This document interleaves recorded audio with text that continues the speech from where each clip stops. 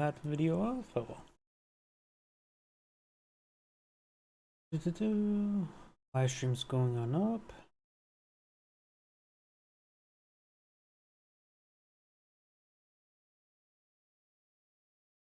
Yeah, for those who I actually had left the video open, I was getting everything set on up, and so a little bit of audio from another video. Not one of my videos was playing the beginning, but let's get everything started on up.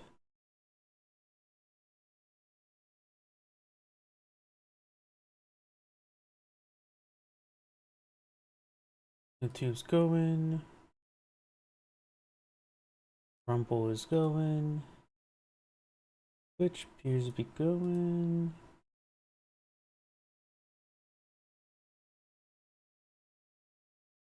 Looks like everything's booting on up. Whoops. No. Actually, I'm trying to pull up my live chat windows and I may have opened up GIMP.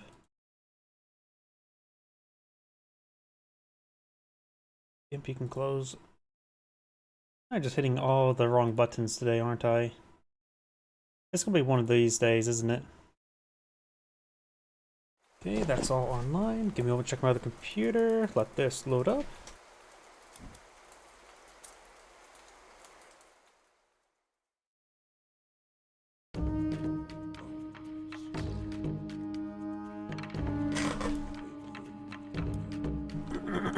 And looks like everything is good to go. Greetings everyone, and Great here for another Age Mythology replay. So on the left side as the Grey Odin, we got Marshall Rayner, right? And it's on the right side as the Blue Loki, like Ingeborg. I butchered that name well enough. When it comes to these two civilizations, or major gods, are both, of course, Norse. Odin's course is the focus of Great Hall units. Gathers and doors hunt faster. Great Hall units generate more favor. Human and heroes generate human, but hit points generate human blood, and you get 2 free scouts. As opposed to Loki, focus on myth units. Damaging enemies units can cause myth unit spawn. Some soldiers contribute 10%. Heroes use the 50% of damage dealt. So it's no longer a chance factor. It is a damage-based factor. Human soldiers and heroes do plus 10% counter damage, so they do more of their designated role as their counter. Probably butchered that well enough. Seeing Odin tends to focus on Great Halls, I think that Erdman be good for him. Buildings construct 10% faster, ox cars cheaper, and transferring doors and gathers and berserks are 50% cheaper. Of course, gets an upgrade to temporarily Mother Nature says trees, typically grants you vision nearby one of their units. Very handy indeed. Spy got summoned out somewhere, and of course for Odin, he does, of course, by the Raidens, and the Hell's Mark increase berserk speed and bonus damage versus myth units. Let's see, where did that spy get summoned? This map is a hybrid map, so perhaps we'll see some fishies being collected from both players. Got the temple going on up for Odin. For him, you got Heimdall, which gives access to Undermine, and Hare, a good force multiplier. Undermine is an excellent god power. And not so great upgrades here. Faster build and training rate, or not even training rate, and research rate is okay, and of course got more Sentry Towers, hit points of walls a little bit better. Lucy's going for Freyja. Freyja does offer the Forest Fire God Power, Valkyries, Cavalry speed and hit points, and hero hit points enabled to Godi earlier. And looks like Loki is eyeing for Forseti, which does provide the Healing Spring Troll, Hall of Thanes, Dwarven Breastplates, and Cave Trolls. I'm not sure if I should really cover all that too much. Let me know if you guys want me to do a little in-depth analysis every single time, or sort of cover some of those aspects. One of the things, like, I tried to sort of just, how to put it, looks like the ox cart got spied. Interesting. Not realizing spy the ox cart makes sense as a unit. Because in the early eco phase, there's nothing much to talk about, but maybe I should not have times 2 speed and I go a bit more in depth. Just things I'm just thinking about. Valkyrie now deployed onto the field. Of course, 1-3 Valkyrie. Number of fishing boats out at sea. Looks like this one managed to cover up the back ones and the front ones. Very nice.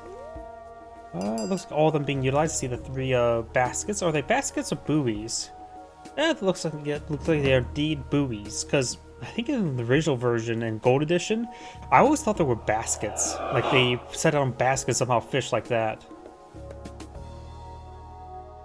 But now, seeing that the newer versions, it actually does look like a buoy. I think one reason why it's easy to see that, because back then, back on my Windows 95 computer, I don't think the scroll wheels did not exist. My first mouse did not have a scroll wheel, so zooming in, zooming out was actually difficult and just something you avoided. Damn, I feel old now. The ball mouses didn't have scroll wheels, if I remember correctly. oh, they have the, what's the name of the connection? It's like a circle with a little part of it being flat. Not USB. This is before USBs were standardized, or even... Yeah, USBs were like limited to like 2 ports per computer. And they're a bit more of a nowhere near guaranteed. This Valkyrie here did take a fair amount of damage there. Got a good number of units. 5 Herseers, 2 Berserks or Holzarks, 1 Throwing Axemen, 1 Raiding Cavalry. We got 7 Raiding Cavalry and a Valkyrie. And looks like Blue is going for Erdman, Throwing Axemen in Herseers. Generally, it's a good idea to go for Throwing Axemen versus Norse, because most of the Norse units are infantry. And of course, a couple of cavalry units. Looks like Blue's push forward of various ships. Longboat, dragon ship. You got the siege ship and the arrow ship. And the siege ship, of course, can outrange the docks. Got an arrow ship here. He does have 2 arrow ships to defeat 1 arrow ship. 2 beats 1. Of course, the siege ship is effective versus arrow ships. So got the hammer ship hammering away. It's hammer time. The arrow ships need to start retargeting towards a hammer ship because it has very little range armor. They don't get damage multipliers versus each other, they just simply have damage types that are not as easily resisted, if that makes any poor sense.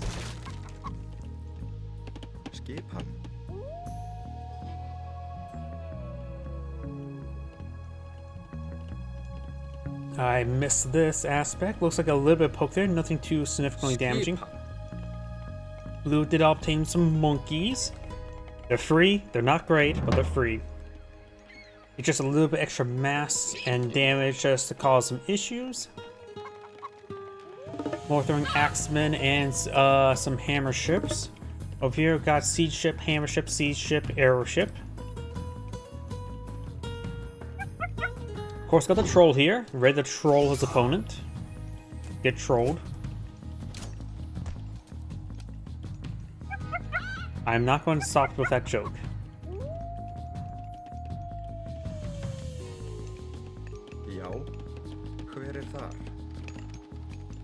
Loki could apply a healing spring for these units, though only 1 Herseer appears to be wounded. I do hear the Valkyrie now healing up the units there, very nice. Though the Valkyrie herself is quite wounded. Got some copper upgrades for Loki.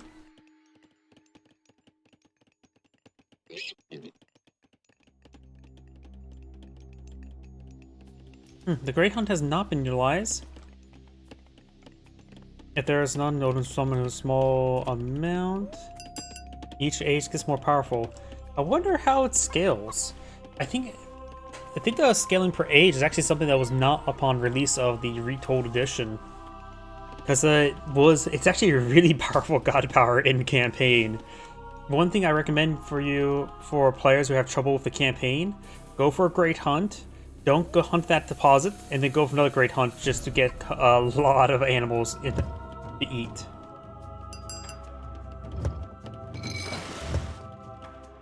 Hver þar?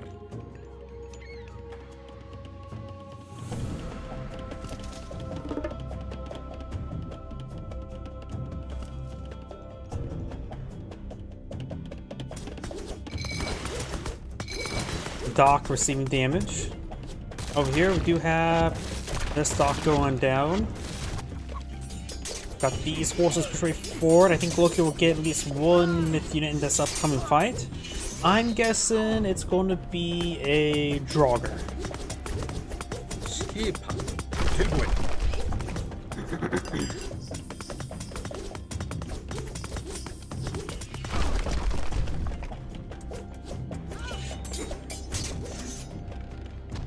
Does get some of those units there.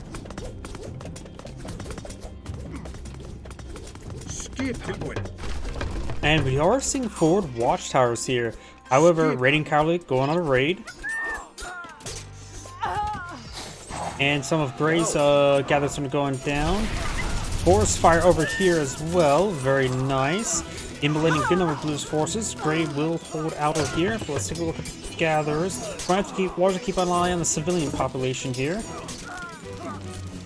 Blue's starting to withdraw there. These watchtowers not going too much. They're okay. They're not great, honestly.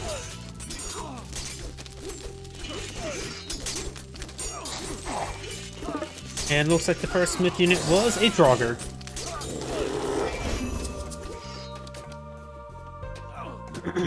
Feels like Draugr was always the first one. Maybe some sort of order to it. I don't know.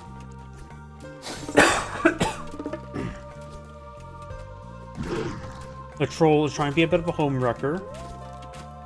About being obtained there. Multiple forward housing by Blue. And we got the Gray's fleet advancing. Blue's fleet is largely non-existent.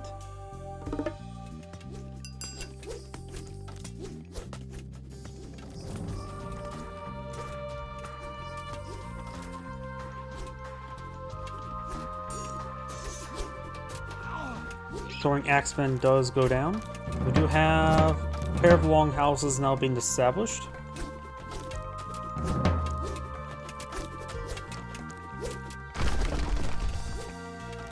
And now Gray's military is larger, but we know Blue's gone for the copper upgrades, has copper medium. Well, these units do not have any upgrades, so Blue's force is smaller, but has a lot more quality to it. Hammership takes out that one. We got still Gray's fleet here. Blue is going for more throwing axemen, going to Troll's opponent, going for the cave trolls. These trolls are been boosted by the effects of 4chan. Dwarven breastplate, which will improve the Ulfsarks and the Erdmen. Which, okay, it says hack armor, not pierce armor. That's very important. Pierce armor upgrades you could just generally skip when fighting Norse. So, speaking of which, this copper shields probably could have been skipped, though the first upgrade's quite cheap, and there is some justification with trying to take less damage from watchtowers. But you can probably skip the bronze and definitely probably should skip iron pierce armor, unless he's fighting against a myth unit that really provides that.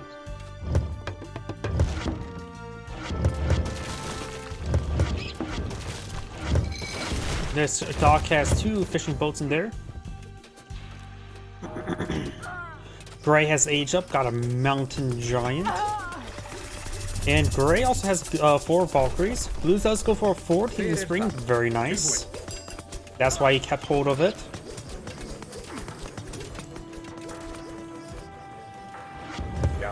And Blue has enough of a fleet to defend himself now. Though Gray has reinforcements there and of course the Kraken.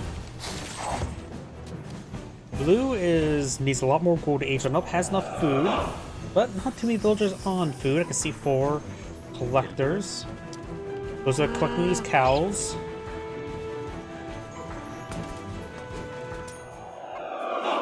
Gray could try investing into another Kraken. Cost food and bit of favor.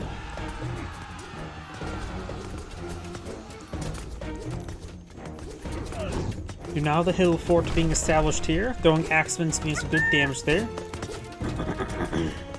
Monkeys are advancing. Good number of cave trolls now on the field. A good number of them. 6 of them.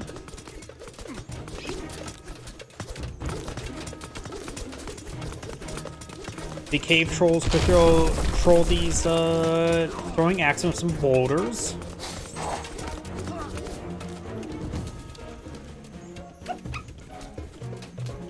Just trying to fall back now.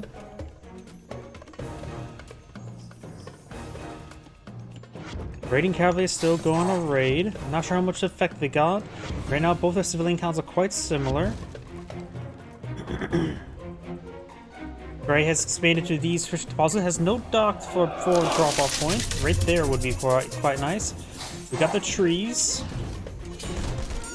The trees over here are starting to speak Vietnamese. They're also here to support the raiding cavalry. They're more of a dirt cheap siege weapon, but I suppose anything can hit villagers.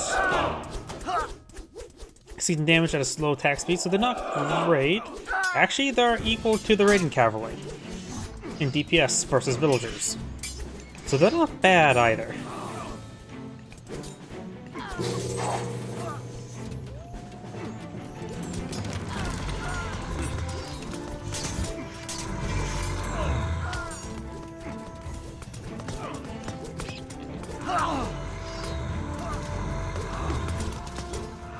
As a good number of those trees have gone down.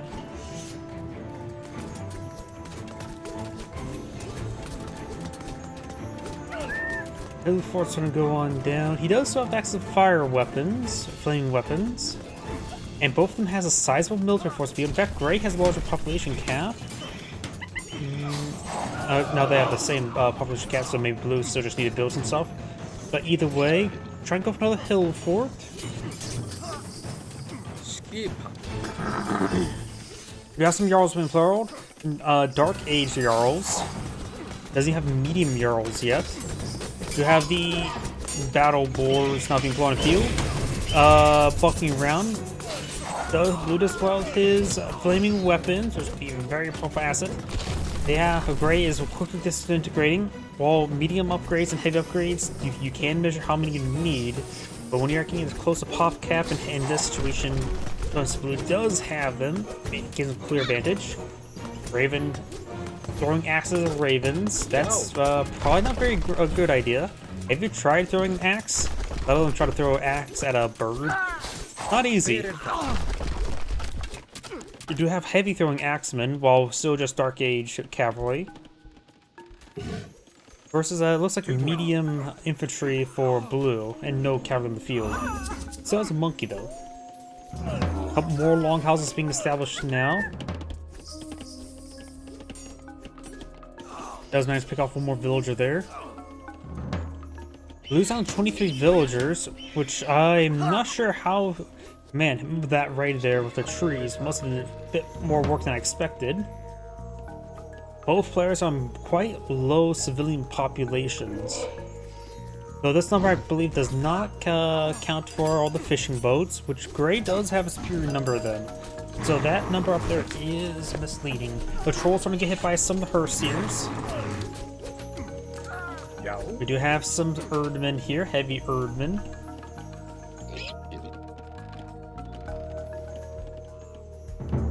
Middle fort now being established.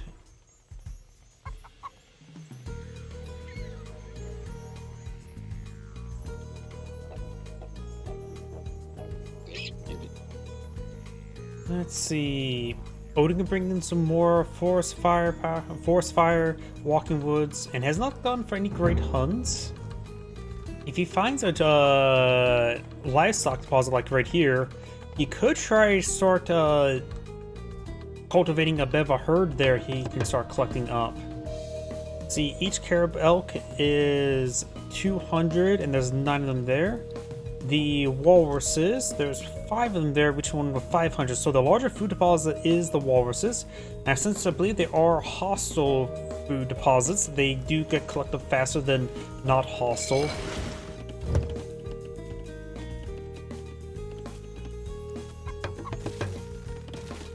Nope, I hear siege weapons. Auto batting ram here.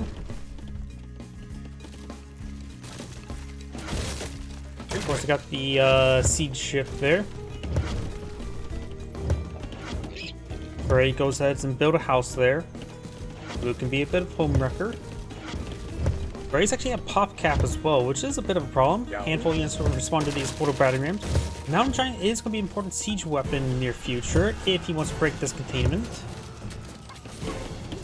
The Jarls got trolled and prevented them from escaping. Gray's going to push forward to hit some of those fishing boats. And Gray's townsend is now under fire. In the middle of all this, you could go to the Walking Woods not to help engage the force, but start engaging the siege weapon, the structure over there, which he is doing very good. You gotta plan to fight to win, and looks like Gray's starting to respond properly. Though the sounds has almost gone down, needs to focus on perhaps down this portal battery ram. Throwing axes do half damage, they will do good damage to it. Portal battery ram bullets got pulled off, must have been box selected. The battle board does go down there. Townsend does go down. Gray has plenty of resources. In fact, enough resources to age up. Was he aging up at the time? And I wasn't paying attention to that? Trolls being focused down by the Goatee. Does knock back the throwing axeman there. And a number of those watchtowers did go down, bring in the Walking Woods as a flanking force.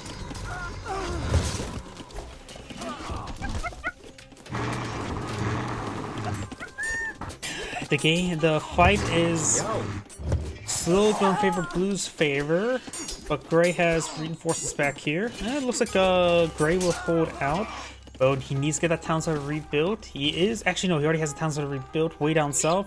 He is aged up to Tyre to give access to Fenris Wolf Brood and the Thimblewinter. Looks like the Krakens are battling against each other, trying to determine who's the real Kraken and who's the real Kraken.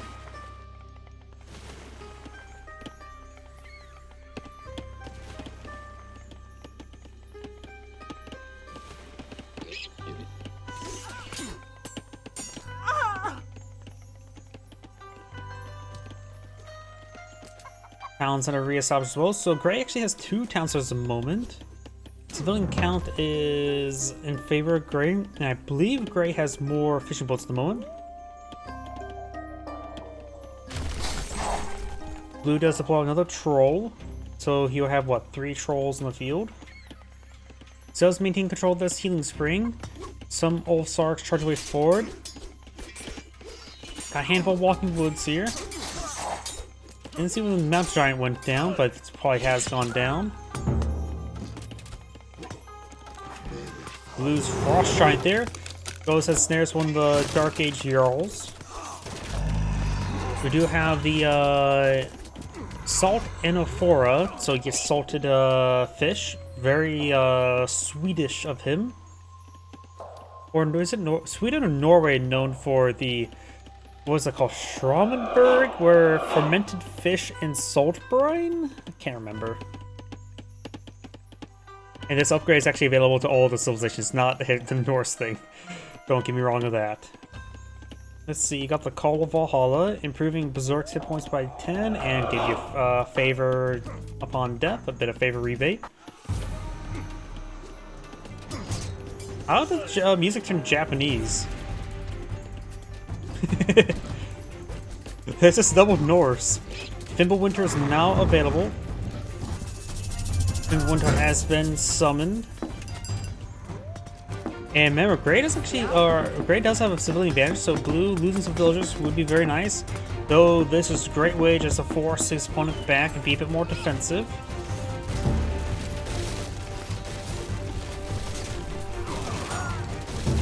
Because the Thimblewinter did actually get some damage on that hill fort a little bit. The Odin has claimed the healing spree, which is very important. Though it looks like Blue will resecure it relatively soon. Blue has resecured the healing spree. More woods are now walking. I suppose a dead man walking. Do have some more Jarls being revealed, Dark Age Jarls. And going for a champion infantry. That single battery ram still causing issues. And we still got the spy here. That spy ain't one of ours. Got an oxless cart here. Blue's going for forward hill forts now.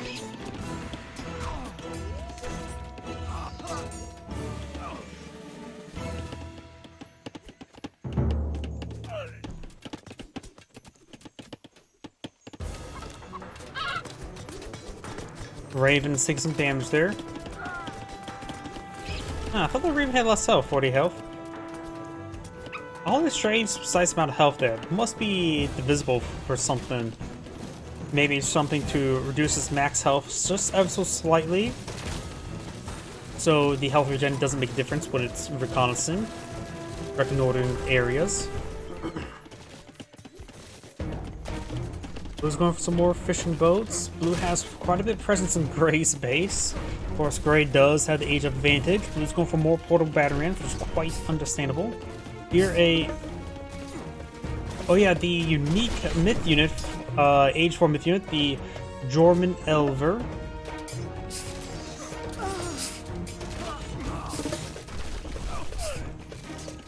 Which it appears features a high DPS myth unit. Does have a good amount of health to it. I really don't know all the differences between all the naval myth units. My apologies. Most time they're just like, oh, got a naval myth unit. It's just generally pretty good. This costs favor. It was actually getting a fair amount of damage onto that hero. Oh, wait a second. Oh wait, no, it does have 50% less damage. So 30 damage per shot against heroes is actually not too terrible.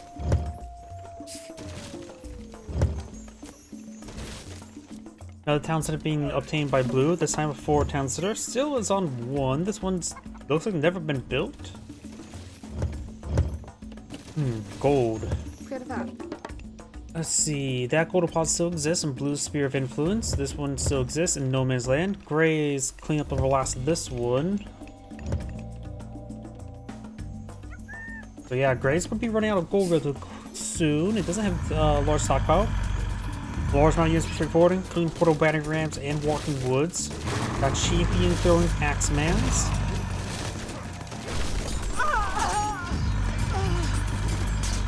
Of course, we'll rip apart those old Starks.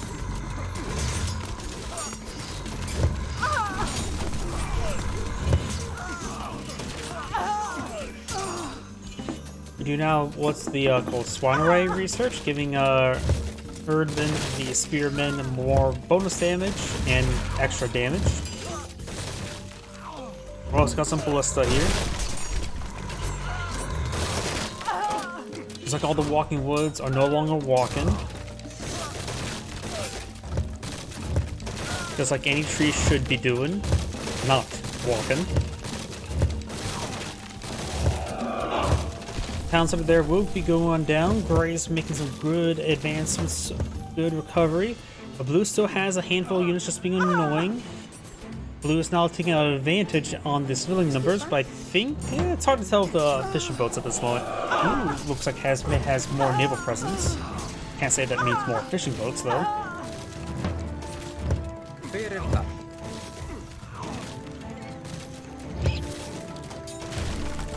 I thought I heard a camel, ox caravan, if I'm not mistaken. Maybe an ox cart being built.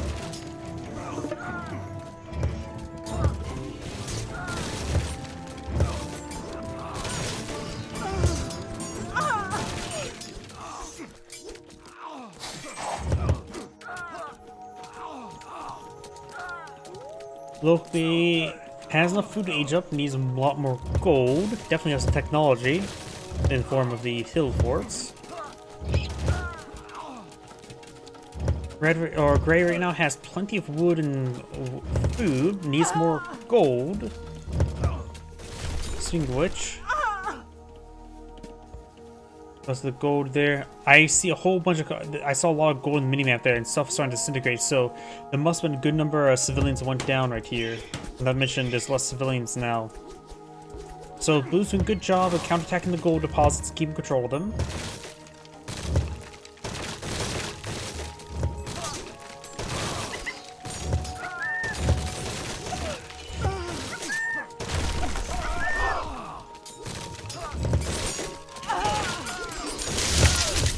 More walking woods being summoned, very nice. He's just trying to use this for siege weapons. And they're going straight for the town center there. Blue's army here is also being cleaned on up, so it looks like this town center will be going down. Over here, just all Sarks being annoying, being home wreckers. Blue has a number of villagers up here, collecting up gold, which could be intercepted. And Blue does resign. Hard to say if Blue should have resigned there. Bray was not in an extremely stable position.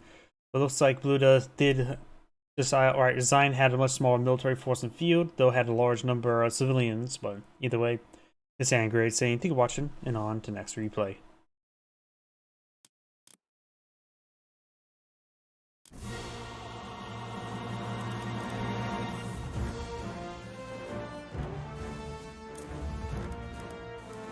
Let's see.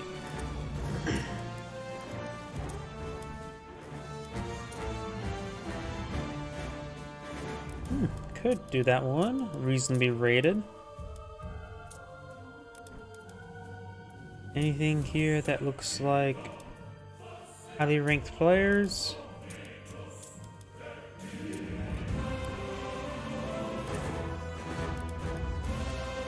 Let's see. Nope. Let's do this one.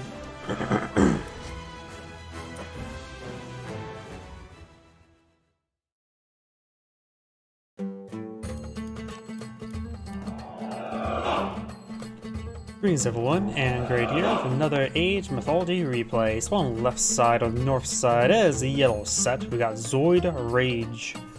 On the south side is the red Prayer. We got Yal Saru 21. Well, I butchered your name well enough, my apologies. When it comes to the major gods, of course, got Set. Focus on barracks units. Pharaohs can summon animals of Set. Priests of Set can convert wild animals, but they of course lose a little bit of food that's in their guts. Spearmen, axemen, and slingers have a slight increased amount of speed. Barracks, siege workshops, and big strongholds cost 25% less gold. Monuments reduce the cost of nearby barracks and mid-gold stronghold units by 10%. Of course, for the unique stuff, I think the baboon section, this icon should just replace with the animals of Set and just get a brief description of them. So clairvoyance can make your favorite your initial god power free with a reduced cooldown. Just pay some resources up front. It is effectively a scry ability. Prayer, in comparison, is technology and defense. Has a potent defense god power that gets more powerful age advancements. We're talking about Gil and Bersetti. Technology costs less. 50% costs 50% less, barring favor, but takes much longer to research, which is a fair trade-off, I would say.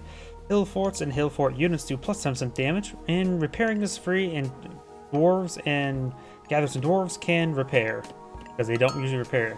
There's a unique upgrade, units get plus 10% hit points, but has a very high cost, but each research will reduce it.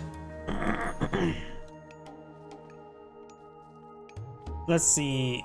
Since the Norse are of course more infantry focused, it's probably a good idea to go for minor guard help to fight infantry. For me, I'm more biased for thought. Shifting Sands is excellent god power. I hate the Wadjet, but somebody mentioned it before, they like the Wadjet. I hate the Wadjet. Of course, you got actually a decent upgrade here. Gold farms cost 50% less gold and reduce the building time is not important. 50% gold cost reduction for farms is good. It makes it much easier to transition to them. Scallop axes make your axemen do additional damage, which is actually pretty nice to help fight against Norse who more rely on infantry, so very useful upgrade here. Spearmen make reduce the vulnerability to pierce attacks, not important whatsoever since Norse more rely on hack damage. Electrum bullets, a gold-silver alloy. Slingers get increased damage and get them a little bit of divine damage, makes it a bit more generous. So, I think Claw is a little bit better. Anubis provides Plague of Serpents, which is okay. In Nubites, decent myth unit. It is cheap on food. And the claws make you generate more favor, which is always very nice. And you get Serpent Spear, which the poison damage is actually pretty pathetic, in my opinion. My voice is already starting to go out, my apologies. Down here, Freyr offers, of course, the Freyja, Forest Fire, which is okay. Valkyrie, a decent mounted healing unit. Cavalry can increase speed and damage, or speed and hit points, which is very nice to have. And of course, makes your Goatee available early, which is not too important, but heroes get additional 10% hit points, which actually is pretty nice. And Olar, which is probably generally the better of the two minor gods for Frazier. You get Asgardian Bastion, you get a hill fort for free, and more hill forts. Jogger's a decent myth unit, but actually a little bit situational. It really relies on the upgrade to be anything if it's worth it. More speed for your Longhouse units was very nice. Reduced the cost of bringing more Asgardian Bastions was pretty nice. And early portable battery rams is also pretty nice. Not to mention, this also allows access to early Ulfsarks, which is not important when fighting against the Egyptians, since that's meant to counter slingers, which slingers are meant to counter your throwing axemen, and you could just simply... I suppose you can. Dynamic's not too terrible there. You have Olar being researched versus Fa, the two minor gods I recommended. If the slingers become a bit too big of an issue, then you can go for the Ulfsarks. Not Ulfsarks, Huskarls. But they're a counter unit. Simply put, it just gives you another tool to the arsenal, I should probably just simply put, which may or may not be necessary. Though axemen will also be useful counting throwing axemen as well, because axes counter axes. We do have an age up here. We've got all the giraffes he has converted. Giraffes are set. And not to mention all these animals are set there. So there's a lot of food there. This free animal stuff is mostly meant for economical reasons. Most of the priests here, the priestess set will be going down to the Ulfsark.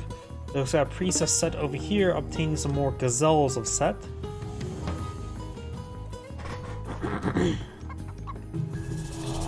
Let's delete these animals one time. Yellow's doing a great job of playing set, in my opinion, with him eating the animals and actually killing them off one at a time, minimizing decay. Very good work. Unless it's automatic now, which, honestly, if that is automatic, could be a very good quality life change.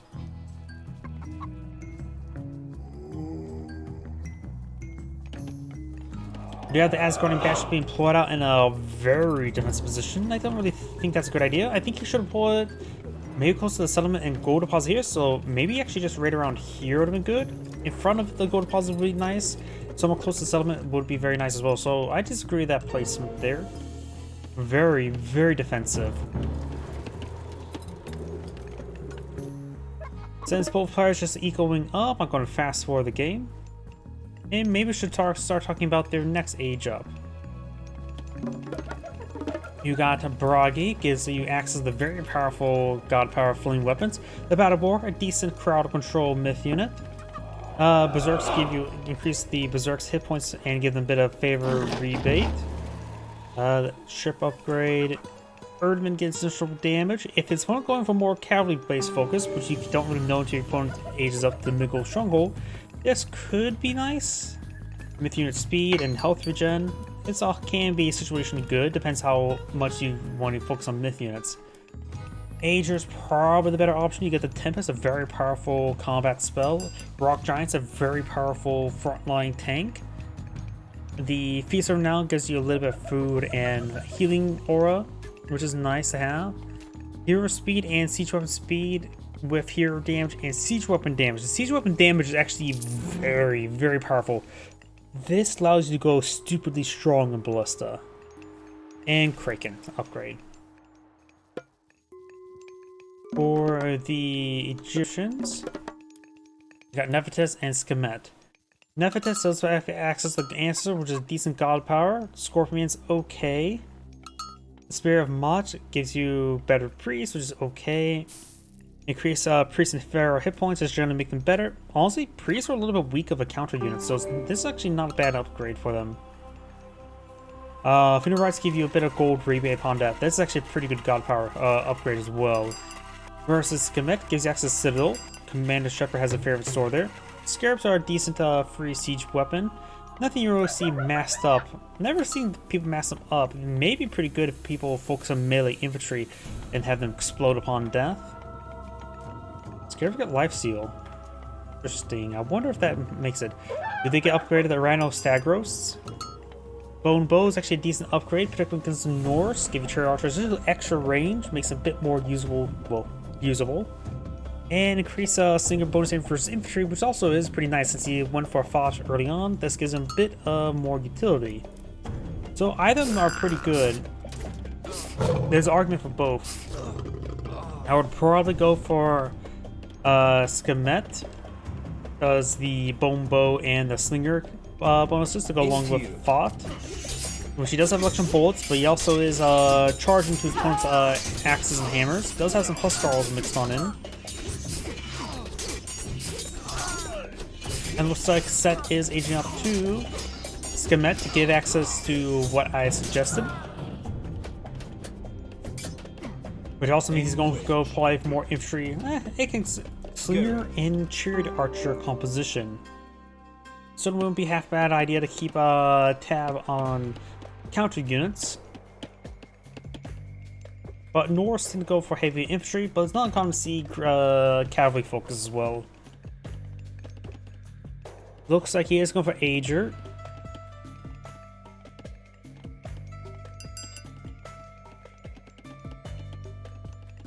Got a pile of research being researched. Of course, being half off makes it very easy just to get them all. And looks like Yellow has obtained all these baboons of Set, or monkeys of Set. They can be tasked at home and donate their delicious 93 meats to my stomach. Looks like Car's got another age up there. Got some more giraffes of Set and the crocodilios of Set.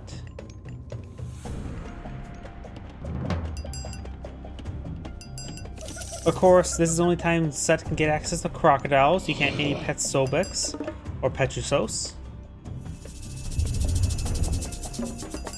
We got now got a Citadel deployed on the field. Very nice. We just reduced the cost by 10%, which is always very nice to have. Both players aged on up, and both players are still just equal, so we'll continue fast forwarding.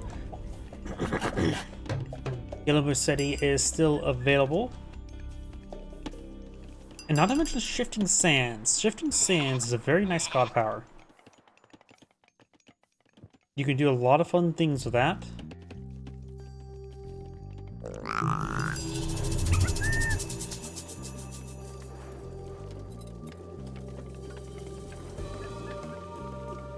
We do not have the clairvoyance of god power now being researched, which will set this god power to free and becomes much more usable. You have the granite giants now being researched.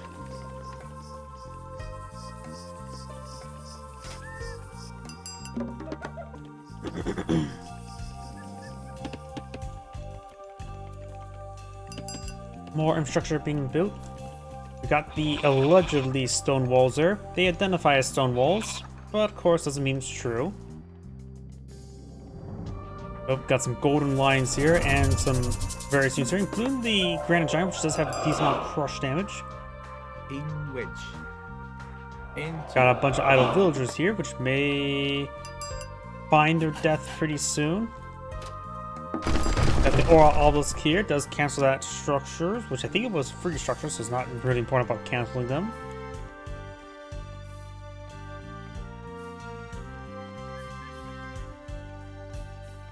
More infrastructure being established here. The Obelisk should have pretty good vision in this area.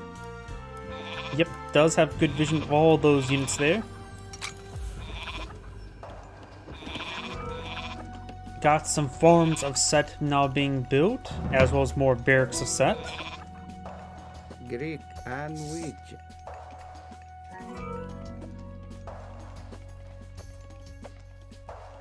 Draft horses. Looks like Freyr is going to be eyeing for the siege composition.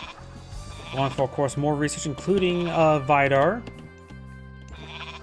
which is a self-propelled howitzer originally developed by the South Koreans, which is sold to Norway later on. And of course, the K9 Thunders were renamed to the Vidars. That's clearly what that means, right? We also got the Force of the West Wind being researched. Enables a catapult early, and of course give more crush damage for siege weapons, which actuality makes the catapults a pretty good anti-siege weapon. The Mass Ballista is a very powerful composition for Freyr, but Set will have the counter.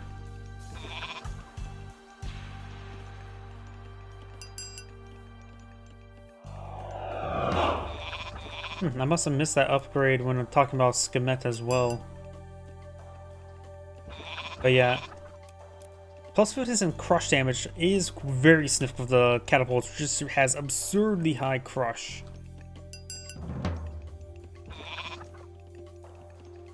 We do have, looks like, good number of trade archers and heavy slingers. Into you.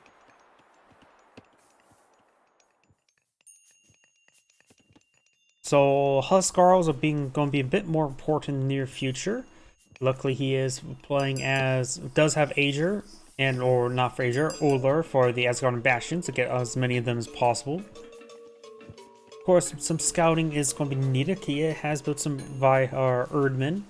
Vidar is almost complete. We've got Freyr's gift now being researched.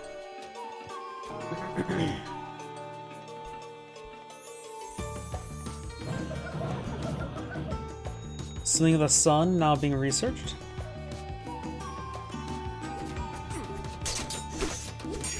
And we've got good number of Axemen now pulled in the field as well.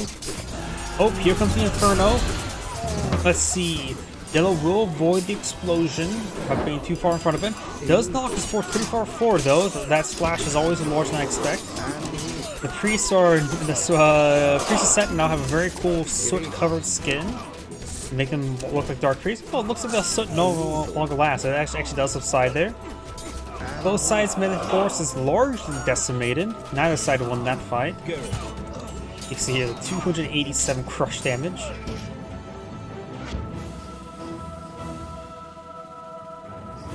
No age up yet by Set. The Pharaoh of Set is right here, which could be used to empower the Schmiggold Stronghold. Into you. These things do offer quite a bit of capability now versus regular infantry. Got some camel riders of Set now being pulled in the field. Some heavy Jarls are also on the field. It's going for champion infantry, as well as the Fury of the Fallen. Portal Battering trying to finish off this Miggle Stronghold. Got some villagers nearby who can be used to repair up said Miggle Stronghold. Into you.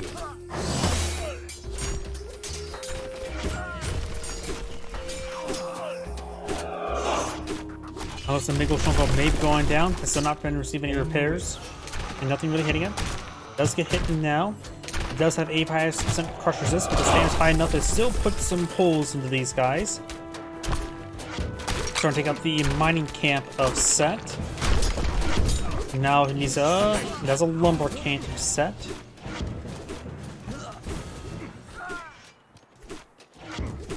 The Axemen of Set are engaging the throwing Axemen of not Set. Okay, that joke's starting to get a little bit. Into you.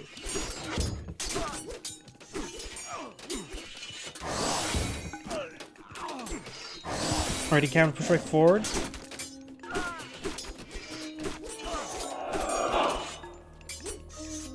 We do have now Age up here. We do have Horus, which does give access to Avengers who spin to win, and Twisters who spins to win.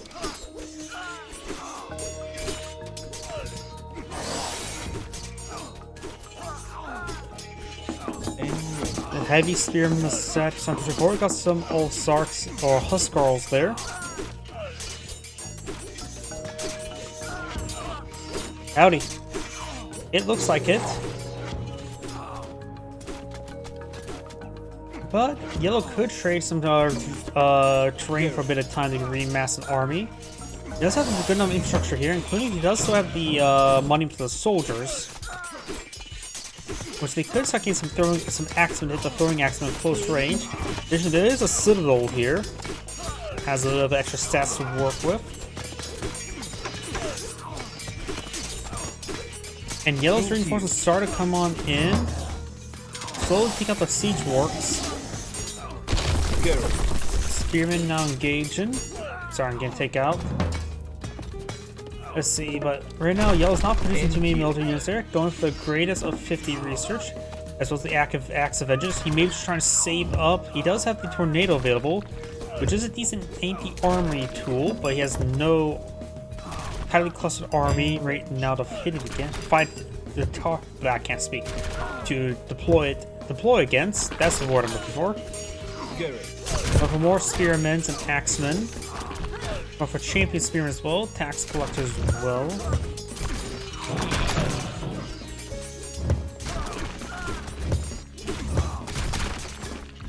More joggers being killed on the field.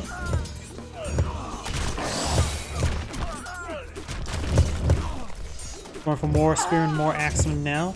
Red has now some more of these ballista now being put on the field, but he's going for more Huskarls, going for the various upgrades for it now.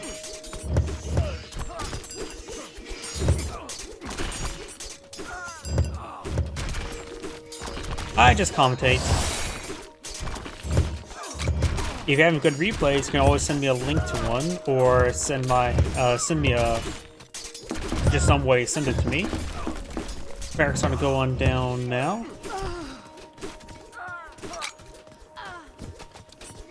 Got some more throwing axemen, throwing away. Got the Pharaoh engaging, hitting the Draugr a couple times. It's actually the first Pharaoh.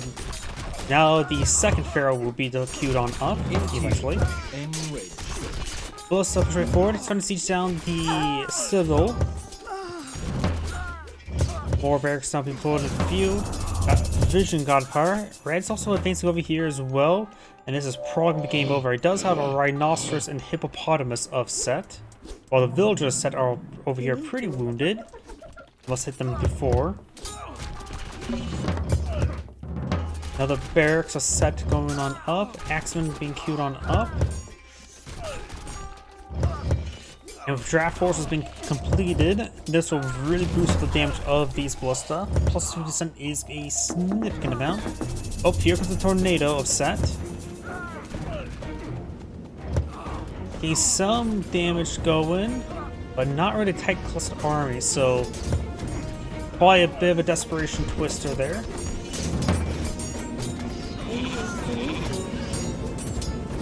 Raiding cavalry and our Jarls pushing way forward. Yellow's force is starting to get a decent number for regrouping. Of course, the Citadel of Set has gone down.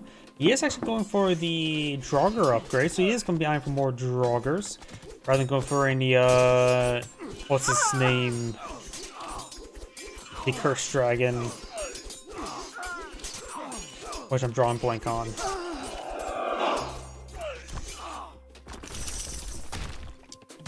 Huskarls push way forward, getting some damage on these laborers. Into you. Do I do StarCraft 2? I probably could, but not really. I have not. Send it over to me, and I'll probably take a look at them.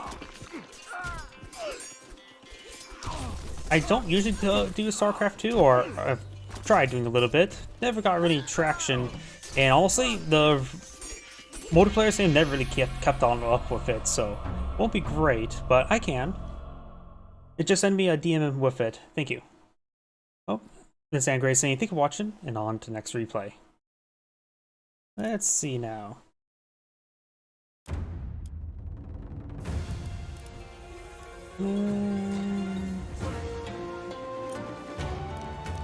Players. Yeah, probably need to reinstall. I'm thinking. Probably still need to reinstall StarCraft 2. I don't think I've installed at the moment. Well, something for another day. I'll probably just upload it to my YouTube channel. You can send them over to me. Could do a little bit higher. This is a decent ranked game. Isn't this guy highly rated as well? Not above average. Well, I'm not gonna find. Actually, yeah, This is a really high rated, but 17 minutes. This is 33 minutes, so this one's probably better.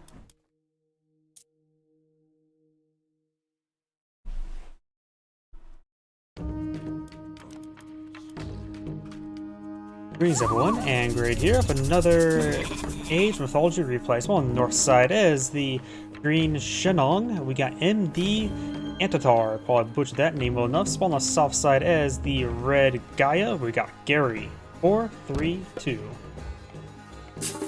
When it comes to the major gods, of course, Gaia is the economic and building star of heroic citizens. Promoting is cheaper.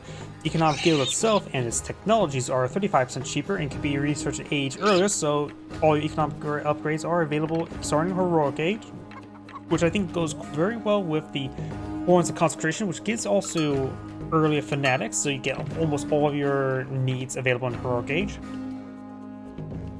And of course, you get Lush and Lush heals and can be upgraded for increased movement speed.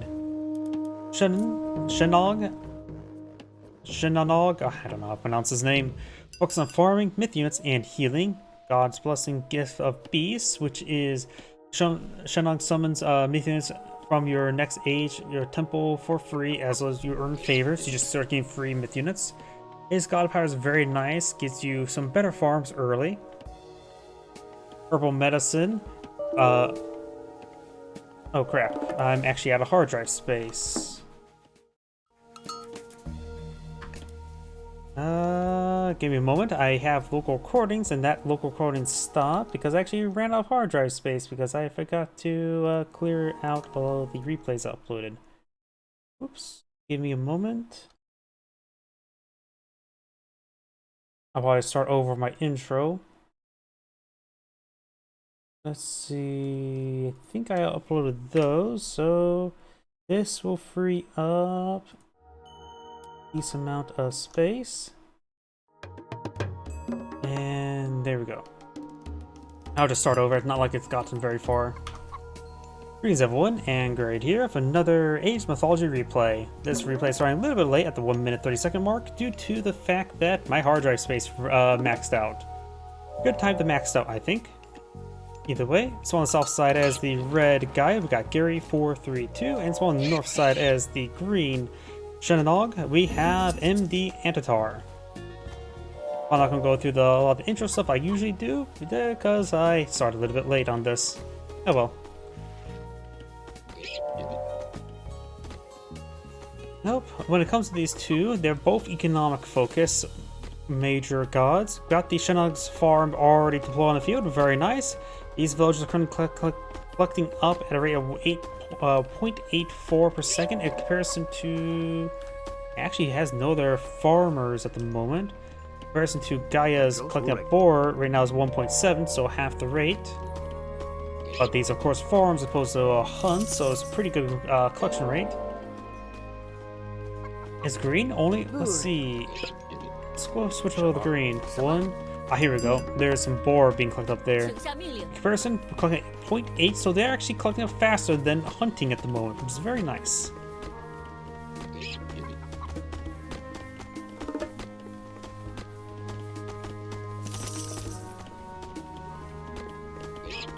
Let's see, first free myth units equivalent. We do have, Leto being researched. Definitely my favorite of the minor gods. You get the automatons and the very powerful spider nest god power. It's actually a pretty good god power. Start spamming that out, it's very cost effective. We have Hawk 2, give access to the Con Key. There we go, got the Con Key flying about. Guy will need to go for some ranged heroes to help shoot that out of the sky. Probably Argus archers, though Termos are not on comm deployment.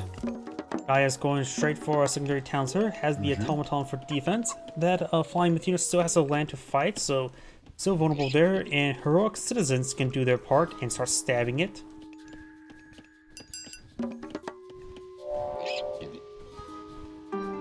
We do have some spider lairs being established.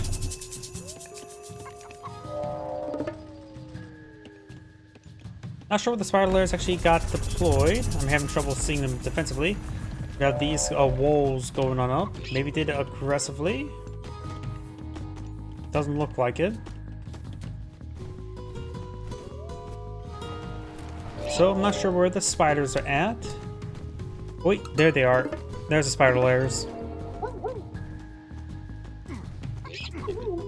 In a good position there. As his opponent starts pushing forward, it will grab 3 of his units. And that's going to be a very common spot for, since the manor's nearby, he's definitely going to send over melee units at one point in time to grab it. And right now, the God Power is pretty cheap to replace. Right now, it's free as well. And even when it starts costing favor, it still is extremely cost-effective compared to so many myth units with said favor as well. I think as a God Power, people should go for more often. Not to mention, Leto does offer a lot of good upgrades here. Primarily this one here, increase the pierce armor of your human soldiers and heroes, which is very good versus some Chinese who go for a lot of rangers, such as the Chuko News and Fire Archers. And of course get more Oracle capabilities, which means more favor from them as well. Not to mention, you can spend your favor on automatons or spider lairs. Both are excellent ways to usage there, which is probably better for the spider lairs, which is another 3 there. Next one's cost 3 favor. 3 favor to kill off 3 human soldiers, which is incredibly cost effective still. Automaton engaging the Kolm key.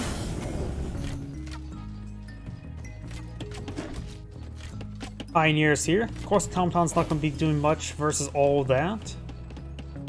Next myth unit is a Tao Wu, which I believe that's the one that charges forward and headbutts. Citizens starting to do their part. Pioneers, of course, are more of an anti-myth unit. They have a pretty slow attack speed, so it makes their DPS not great for the citizens. In fact, the health regen they get from being on top of Lush is going to be massive. We do have now the Rusho being researched. Get back to the Baohu and the Pixu. If he gets that research before, he'll get age 4 myth units before he actually gets the age 3 myth units. So the next one is actually going to be the Tao, still the Tao Wu actually, so that doesn't get updated. Good to know. Got Symphony Bird now flying about. No human soldiers there to actually walk over that, so Pioneer's gonna be sniping the birdie. He has gone for Perspectives tree, so we'll get some Dryads. Does get one of the Pioneers. And my apologies when it comes to Gaia. The Lush caused lag spikes for me, and something I still need to figure out what's caused it. That Lush is starting to subside.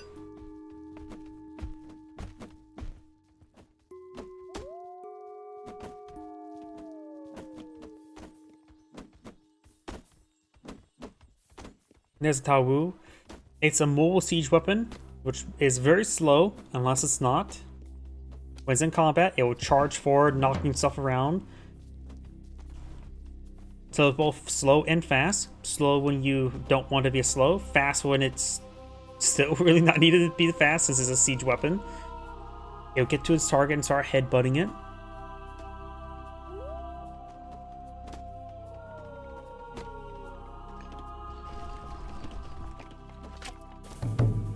Palace now being salvaged over here. We do have the Bahu here. Some of these citizens starting to go on down. Symphony Bird is trying to hit the Pioneer, looks like, or hitting some of these units over here. Tom Dryad is engaging. We also got some Argus Archers blowing field that are fully heroic, very nice.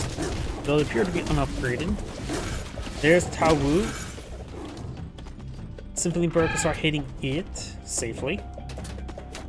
Got some Kafus here, and the Tao Wu's trying to engage the citizen. Tom has gone down. We also got a Javelier here. Got some spider traps there. Not in a great position there. So this does grab the cavalry and does grab the Javelier, so they did do two things. Does get snared.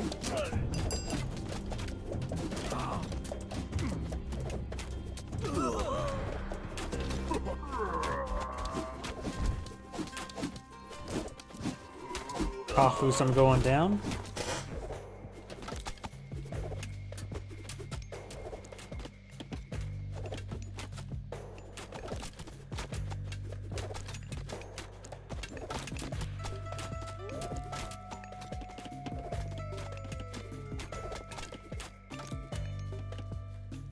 Let's see now. More Seas of Prosperity being summoned. Very nice. It's a good way. It's a good idea to go for that.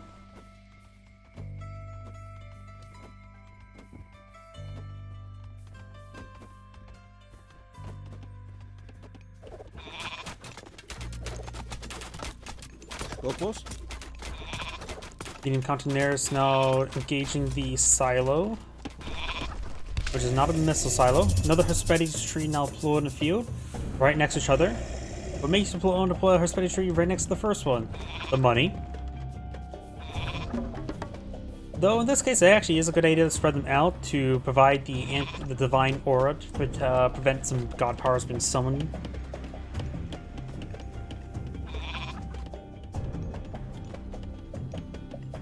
Guy is now aging up to Atlas, give access to Argus. Make your destroyers very bullet resistant. And Shenong could either Hung Di or Zurong. Give access to a dragon, a lightning dragon. You don't actually rarely ever see him. Let's see, those are hit points, soldier hit points. Makes them do more damage, take less damage from hack damage. Temporary grants infantry additional damage and regeneration when fighting nearby allied units that die. Okay, that's the infantry focus there. Calls for some decrease the military costs of military camp units, so the counter units just get cheaper. That's quite interesting. Blazing Pyre, ZQ, Whirlwind deals damage. Villagers gather from farms faster. Farms cost 80% less wood, so easier transition. Enables descent action and gives them more hit points. Medium fire archers do more damage.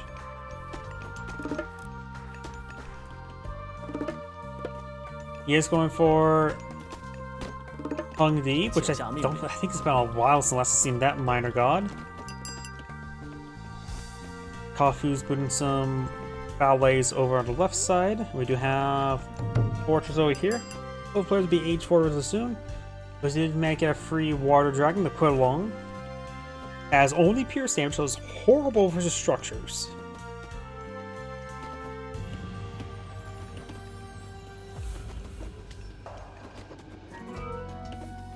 Next one up is a fire birdie. Green's already maxed out on villagers. Does have quadruple town center. Red only has 2 town center. Red does spot this town center and the fortress.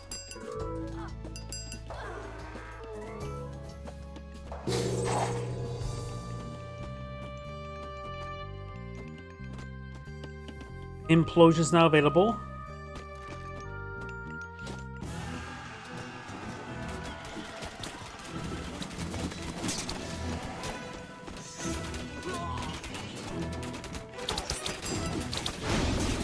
Implosion has been summoned,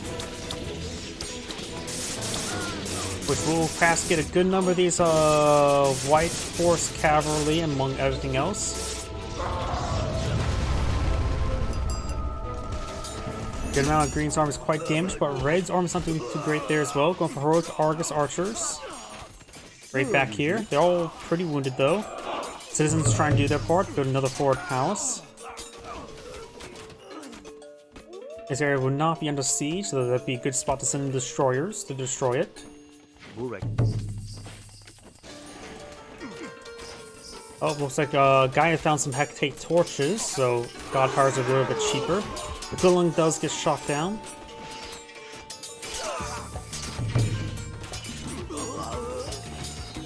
Medium fanatics now pull the field. Then they're not too quite fanatical at the moment. More Seas of Prosperity being researched.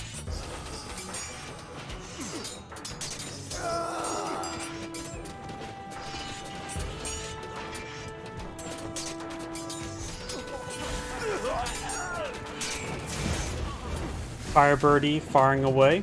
We got the Razor Birdie now engaging.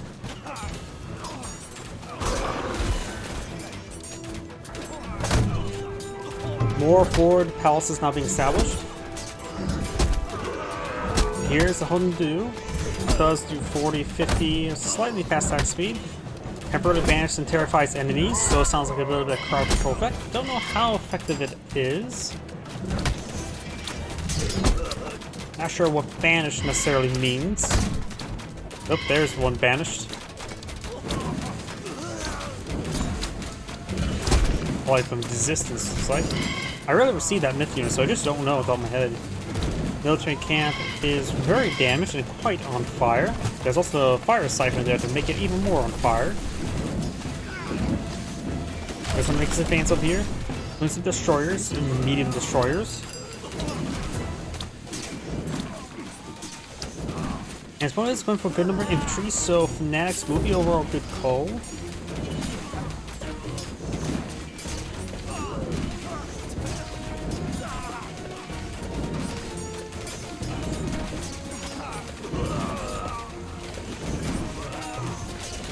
Fire Sign gets a good damage there. We do have another Quinlong here. They're starting to be targeted by the heroic Argus archers. Very good. Gets shot out of the air. Symphony Bird is still alive, but barely.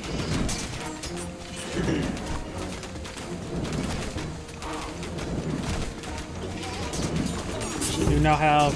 Oh, Economic Guild here, not a manor there. I've got that the Economic Guild is also Vibe Lush.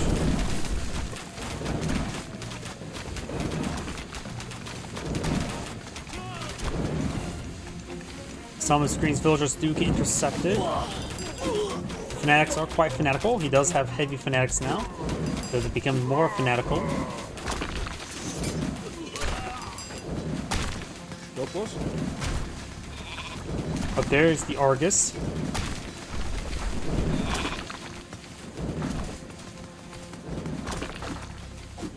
More fanatics on the build queue. Which he is going to Chuko Nu, so Destroyers would be a good idea to mix on in, so the Shield of Atlas. There's the Lightning Dragon there. He does have Argus Archers already nearby to engage it. And looks like it's engaging them now. Does have a good amount of health to work with. It does divine damage and AoE damage, but does have 90% less damage to heroes.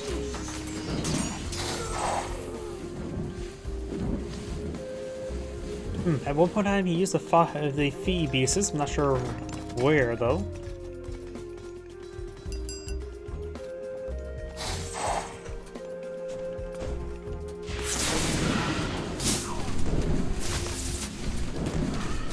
And we have the Argus Archers to deal with it, the heroic Argus Archers. He's going to have some stuff in front of him. It does divine damage, so Siege Weapon's not necessarily great for Sith, but they do have a good health pool in this situation. And the dragon does get shot down. And quite a bit of lush here, so the health regen is going to be very useful for these units. Trying to clear up this infrastructure that still exists, and he is actually still building it for some reason. Guy is trying to bring in Titan Gate.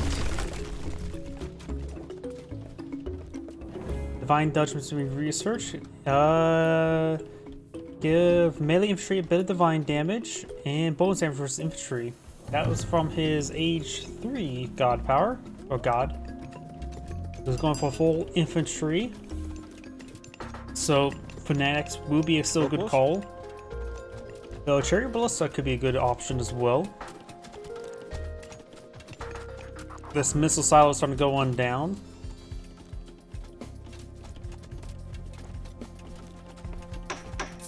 Champion Shukanu is deployed on the field as well.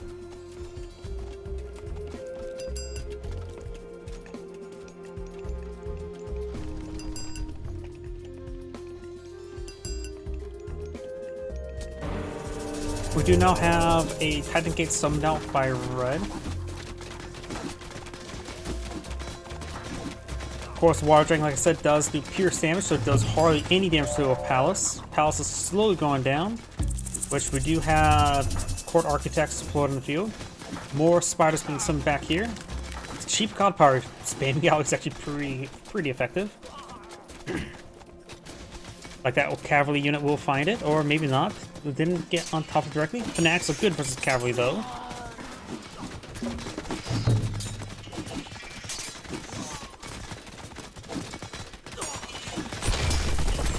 Except one Palacer got some ballets being flown in field.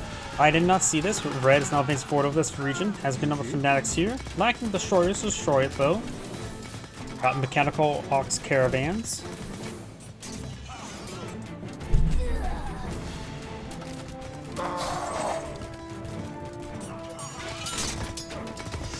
We got the most stupidest siege weapon in the game, the axe cart.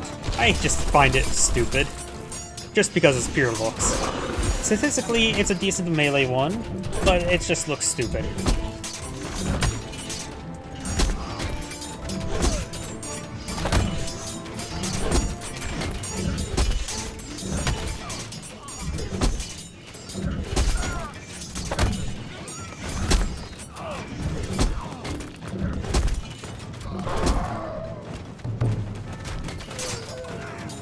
Both sides are pushing on the other opponent's flank. They're both players going clockwise. Let's simply put it that way. Got some fanatics here for defense, and some of the spider nests to get some picks.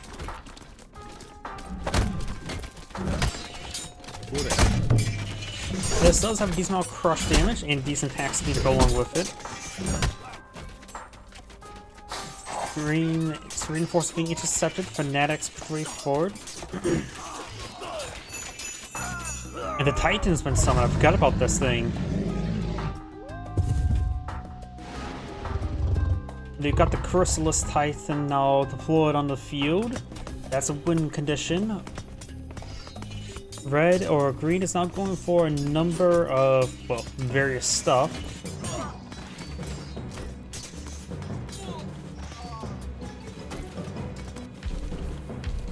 The Titan's been summoned, starting to make his way forward.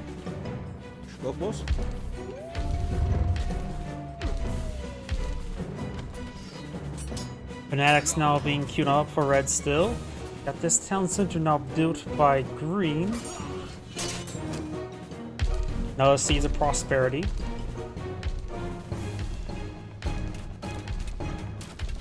And that's a lot of Kafus.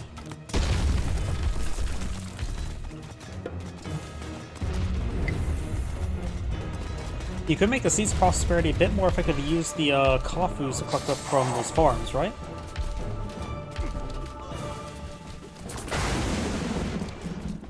And it does, though they do have better collection rate for wood and gold as inherent benefits as well. But they can still collect some food. Does knock them around a little bit. Nothing much these giants can do versus a Titan.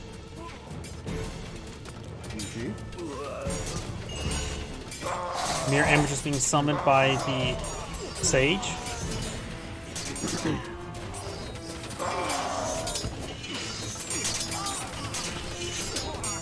Green Spring and more cavalry, which are not good for fanatics.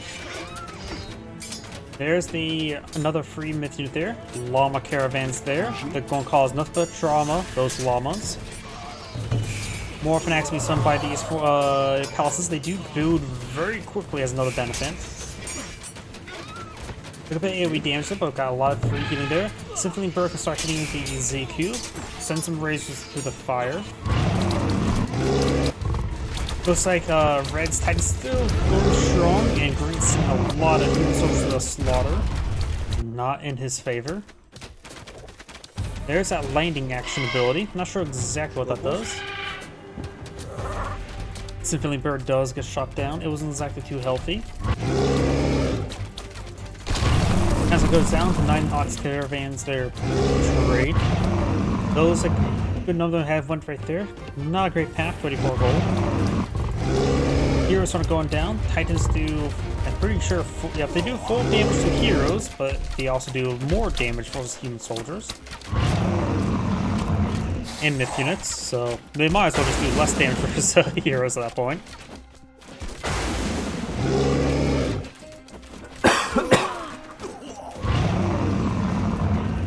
Titan's still going pretty strong. Greens are queued up the Titan gate, but nowhere near enough gold. Now it goes down. This bird does not do any. Oh, they do hack damage, not range damage. So they actually do decent damage versus the palaces. Dryads push right forward. Red's migrating the citizens to build a town center.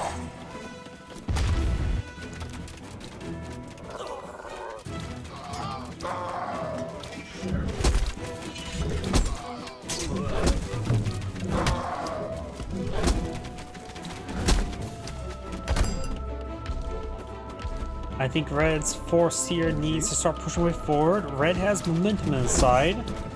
Green is taking time to put the clockwise flank, while Red's clockwise flank is now pushing forward the Titan.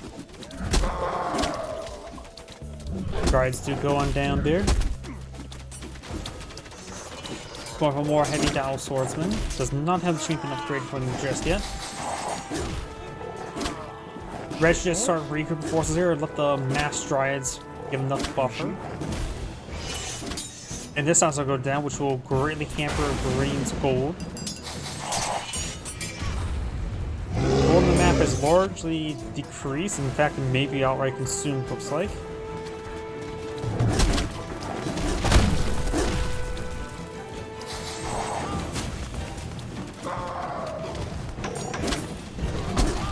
This is the llama caravans being built, and that's of course going to be not great. Right now, Gaia has pretty much no gold income, has plenty of wood and food to sell with.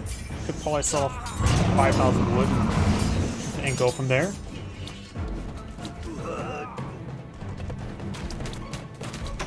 A couple heroic Argus archers there.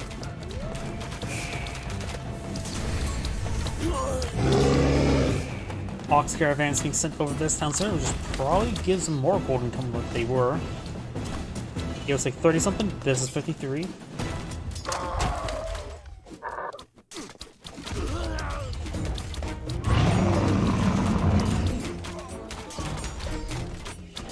More Dowel Swordsman down to do a few for Green.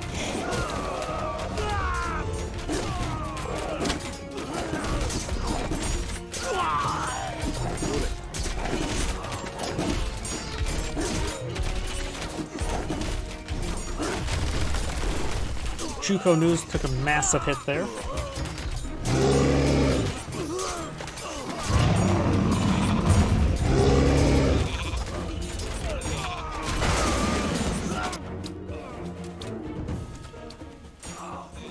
More Dryads here. Red's Titan's still pretty healthy. The Titan Gate is being queued on being resourced by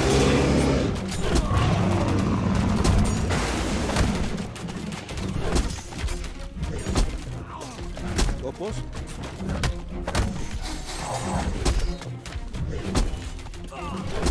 Large number of llama caravans spin up, auto and manuals. Okay. Town center on fire. We'll be going down to next shot.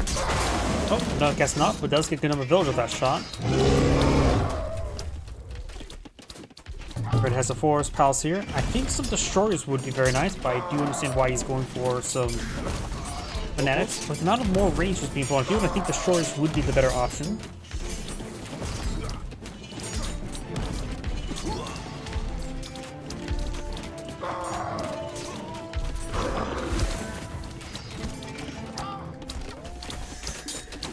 Another birdie deployed on the field.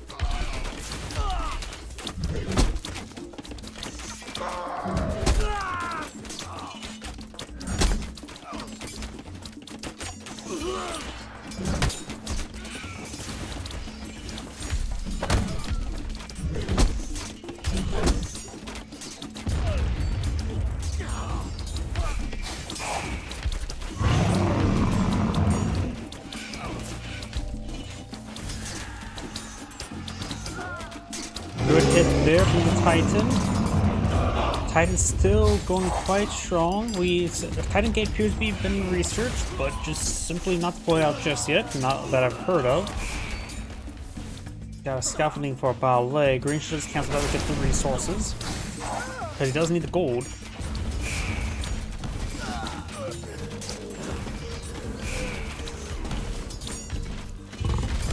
Going for this town set again. It feels like the third time he's going to destroy it.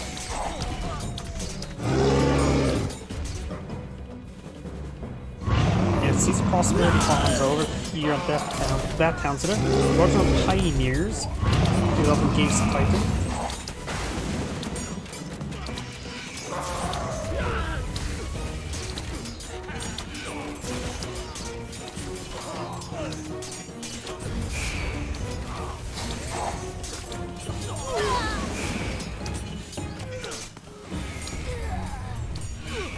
destroys the town center there.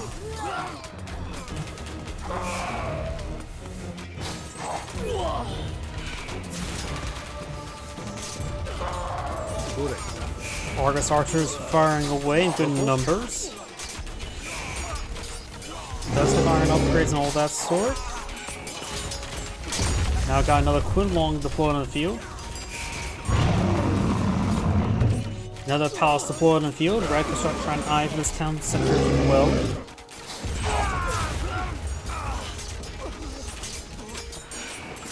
The Titan is slowly starting to go on down there. Massive heroic wave of Argus archers now being deployed on the field. And we're beginning to pick up the Quinlong, and the ZQ is almost down as well.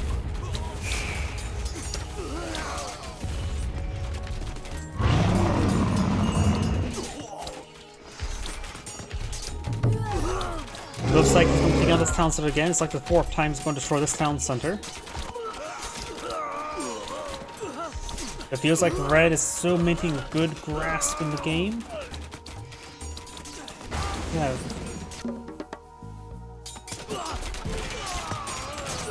Pretty sure he's researched the Titan Gate, right? Yeah, looks like it.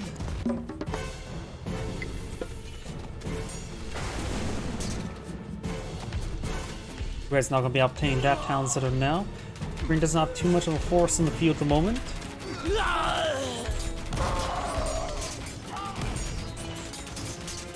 More Fanatics being summoned in the front line. Green has army size of 23, it's getting smaller. The Titan Gate has finally been summoned. He's going for it.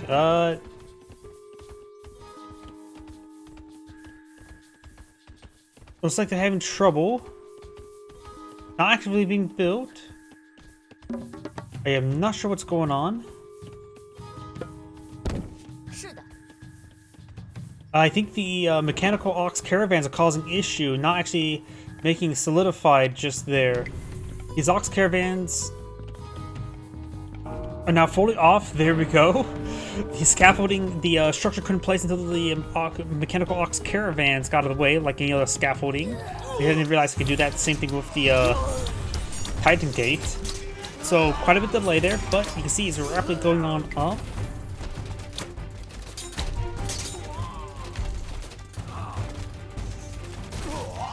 But Green is taking some large amount of losses there. And we've got a good number of Argus archers that help deal with the Titan if it comes out, or when it comes out. Red's Titan's not doing all too well. But maybe just enough so all of his supporting heroes can engage it.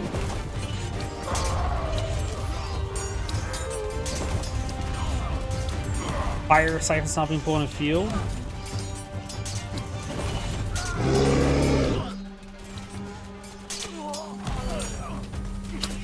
Head up north where the markets would likely be would be a great idea.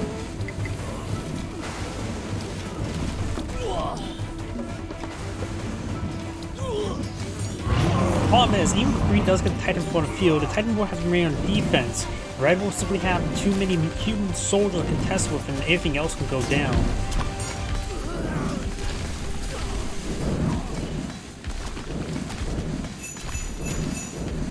Green's Titan has been summoned.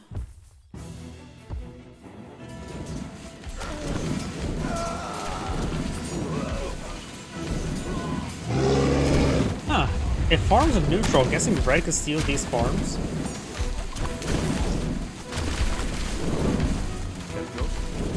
Oh, says they can. Here comes Green's Titan.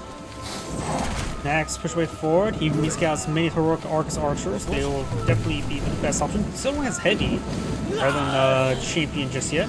A large number of heroic fanatics over here.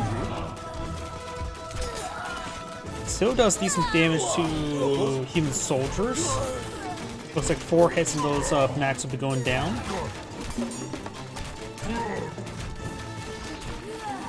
He is trolling out trying to get more heroes. Trying to be a hero. Here comes a big wave, and this is going to be a sizable contender. Red's Titan will draw some fire, allowing Green's forces to advance. Dryas Ball should just go to the interception line. Red's Titan is now down, but now Green's Titan, look at how quickly its health was going down to all these heroes. Gets some hits there, but Green's Titan's quickly going down, and Green resigns because of that. This is Anchorage saying, thank you for watching, and on to the next replay. Probably have time for one more replay for tonight.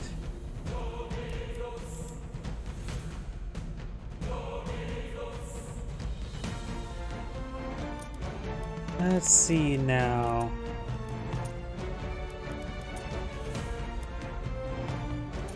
Nope. Any of these names seem familiar? None of them seems familiar.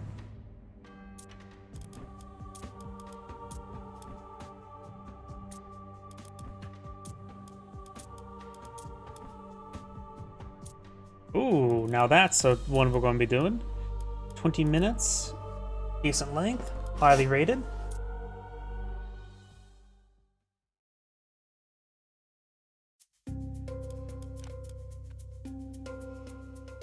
Greetings everyone, and great here with another Age Mythology replay. Spawn on the left side as the turquoise Amaterasu, we got Ian Supa. Spawn on the right side as the red Kronos, I'm Hope. Makes me wonder if these players are clan mates. This is a random match, so I'm not exactly sure. Either way, when it comes to the major gods, Amaterasu is economic and samurai focus, earns gold trigger per Bushido tier. Samurai and Onimushas earn more experience when outside of combat, so idle is better. Shrines increase the resource, how much resource are within the deposits, up to 140%, which is very nice. And regenerates in health twice as fast in combat. For the unique upgrade, gets Miko's heal faster and train quicker. Not too important, but does give you a Miko for 60 food 5 favor as well. Not a great upgrade, just a upgrade. Of course, Kronos is the Siege and Myth unit. Can time shift to a new location for structures. Buildings are constructed 25% faster when nearby a manor. Receive 2 free myth units, or rather than 1. Losing siege weapon or myth unit gives you 20% rebate. And of course, this increases the number of buildings you time shift up to by +2 and reduce their costs. And so making its usage a bit more fun with that capability. Able to forward move structures, and it's also not common to see some sort of rush tactics with 2 myth units, particularly with Promethean. Though I am much more favored towards Leto as opposed to Prometheus or Oceanus. And it's also not because of automatons. You know, automatons is a great myth unit. It's primarily the Volcanic Forge upgrade. Let's see, Kronos. Let's see, Amaterasu is more focused around samurai, so we may see a bit more samurai focus for her. What can she do to improve them?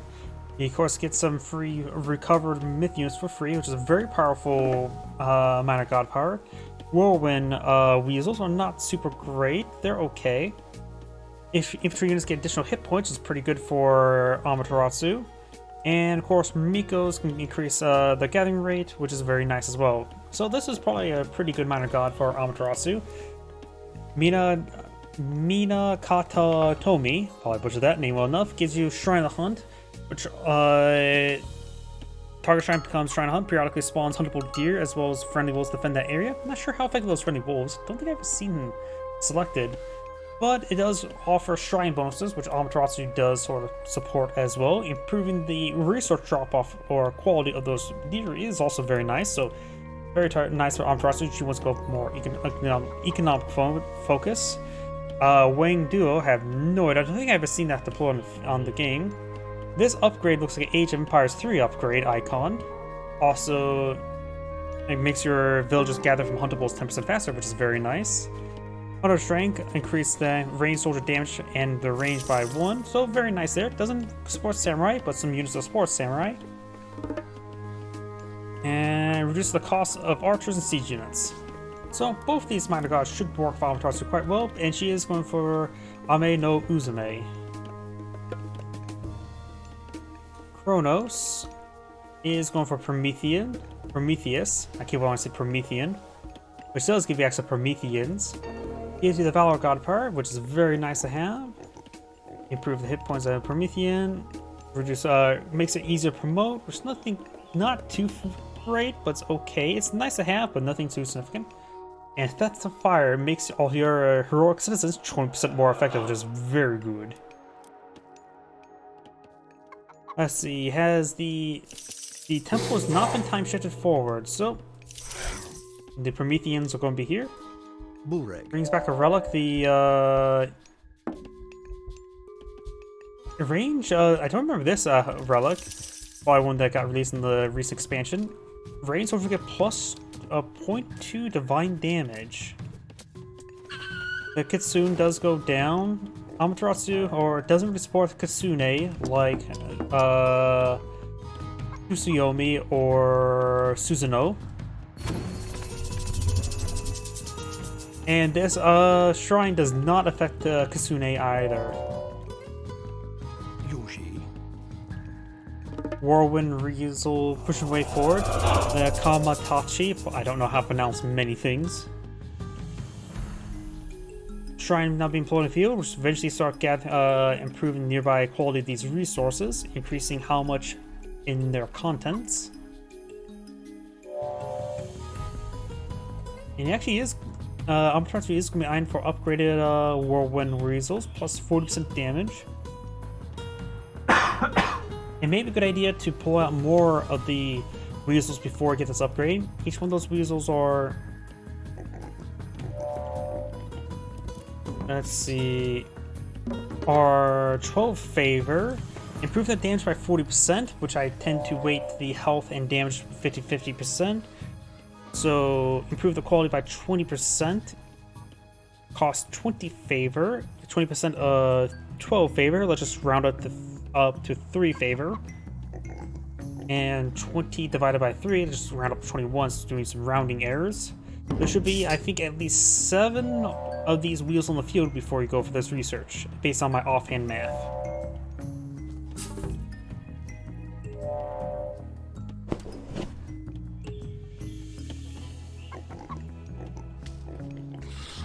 We do have the Theft of Fire being researched, and since both players are just ecoing up, I'm going to fast forward a little bit there.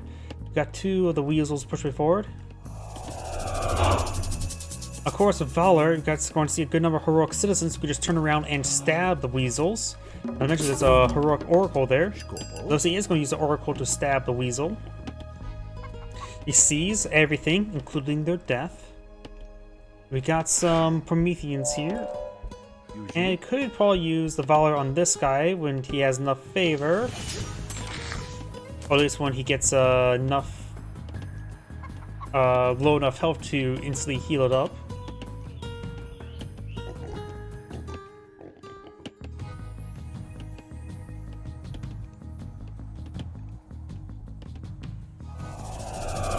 Another Valor power deployed on the field.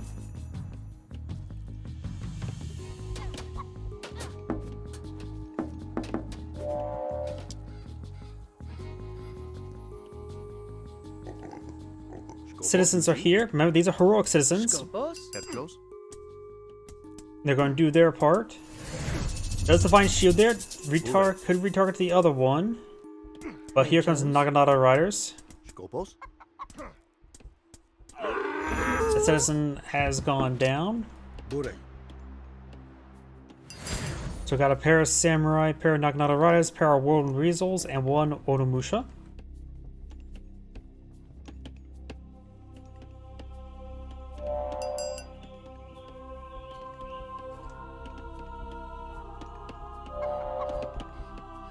Cherry Ballista now pulling a few. Does have a bit of divine damage to go along with it, but of course very exposed right now. There's his Valor power to instantly reheal it, which will be good against these weasels. We'll hatch over some Naginata Riders. Another bunch of Samurai getting some damage there. Promethean can picked off by the Onimusha, time shifting a manner. Try to do a bit of a bottom blocking. Got a Miko here. Miko's effectively heroic villagers. They're not great for combat. Don't use them for combat. They're really not meant for combat. Healing, that would be good though. They have the same base health and movement speed as villagers. Their damage is actually a lower DPS barring versus the bonus multiplier versus myth units, but they are only melee, and they have no movement speed to get into melee. Do not use Mikos as a anti-myth unit. It's an emergency unit for that aspect. Treat them as heroic villagers, as of course healers. Do not have Hyperion being queued on up. Will give access to Satyrs, Sons of Skies, Baroque Renewal, and Sons of Suns. Pioneers of Skies.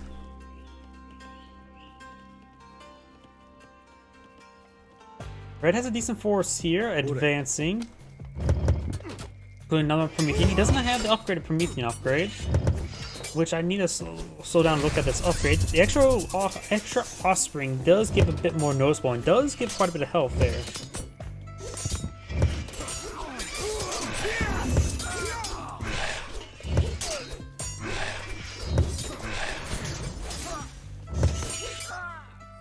Red's force does get quickly cleaned up. Remember, medium samurai are 4 population units, so they're very high potency for a small unit.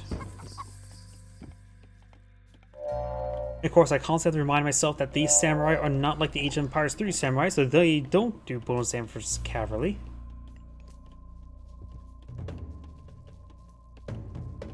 You can see here these pieces of delicious venison has 275 venison into them rather than what, just 200. And the gazelle, yep, 200.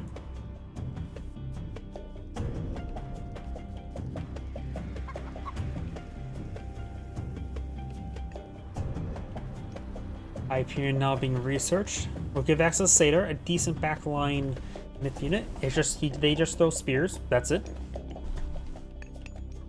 But thing as well, ranged myth units are a bit more. I tend to favor more because it's easier to keep them alive, and they can be very powerful safely. I wonder if that divine damage upgrade, did it say range units or range myth units or range human soldiers?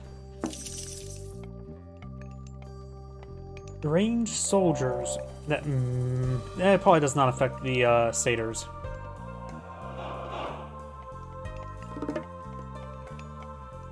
Skopos? UG?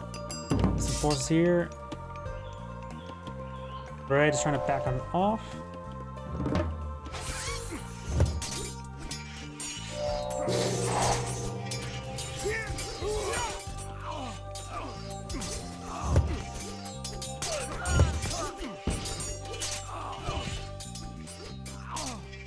Green has a decent force there. There's double Satyr. Yep, no divine damage.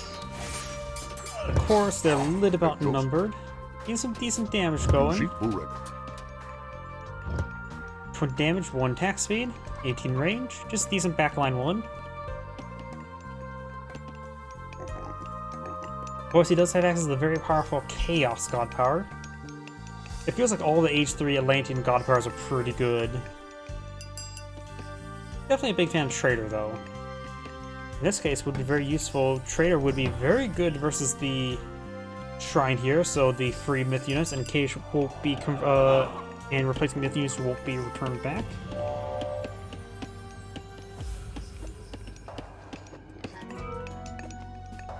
Right now at tier 2, so guys, medium heavy is almost available, also aging up to Rajin.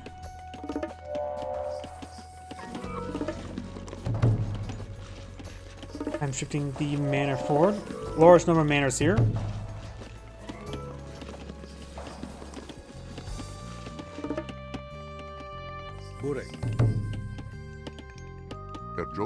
Red's force is coming in a little bit piecemeal. That's not good. There's also going to be Naginata Riders, so some counter cavalry units wouldn't be half bad.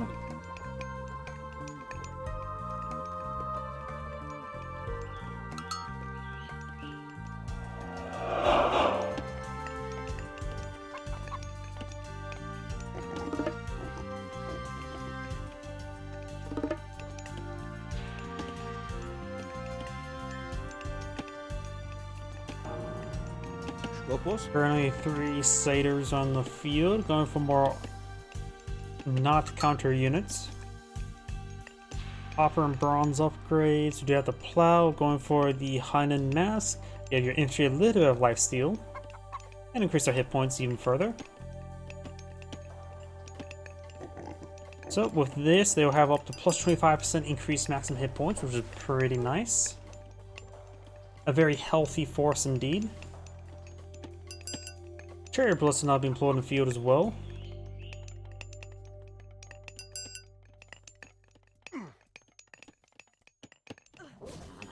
Nope, I did not see these forces. Got the Comptonairs engaging some of the villagers. Naginata riders and trying to engage.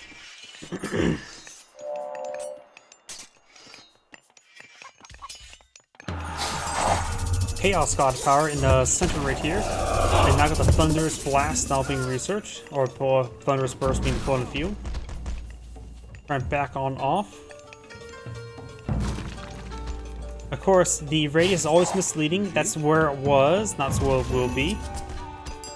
That's one point of that God power. That radius should show where the next burst is going to be, rather than is where it was. Citizens trying to collect this gold deposit here next to the castle.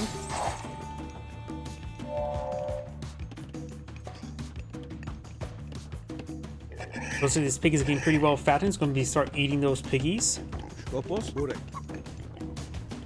Heavy range and Satyr upgrade, increasing the charge range attack damage. Does find those citizens, so it's starting to go on down.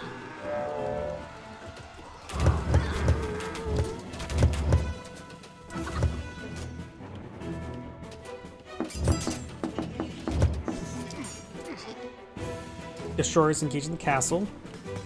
And looks like Red's force is getting hit in melee. Not responding properly. Completely surrounded, getting knocked around a little bit there. Divine Shield one of the two-tailed doggos. Valor Power onto one of the Comptonairs. Deconstructing that castle there. Red's army here is starting to go on down.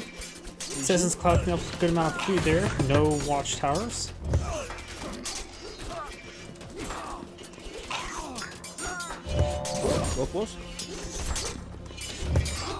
Green's force is taking quite a bit of damage there. Thunderous Burst causing issues.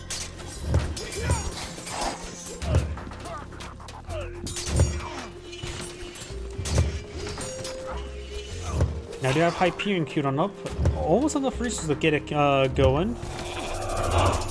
Hyperion. Oh, looks like just spent some of the gold there. It has the pallets on the field, right? So it should be able to deploy it. Research in.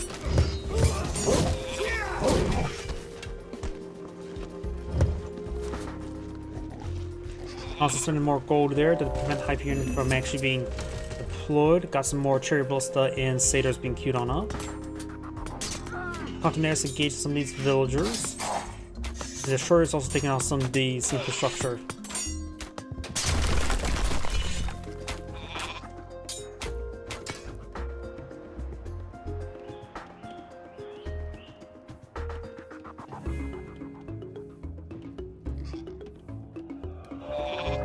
Hyperion now being employed in the field. Amaterasu has enough gold to go for age up, just needs a lot more food.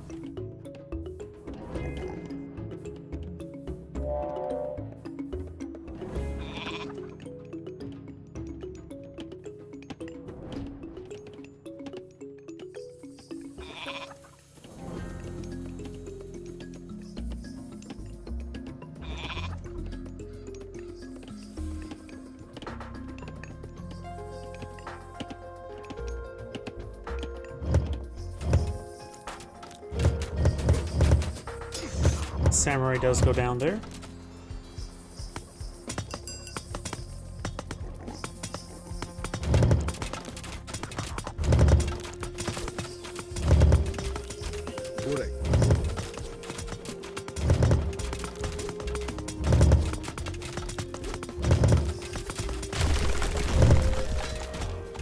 More satyrs, more destroyers, copper shields, heavy infantry.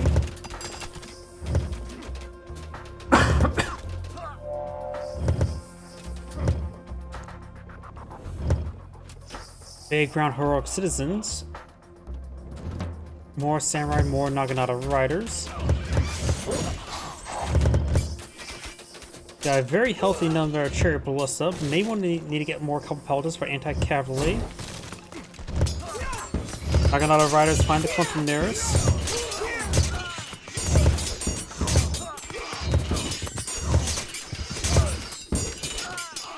Looks like Red's armor just getting completely surrounded and cleaned on up.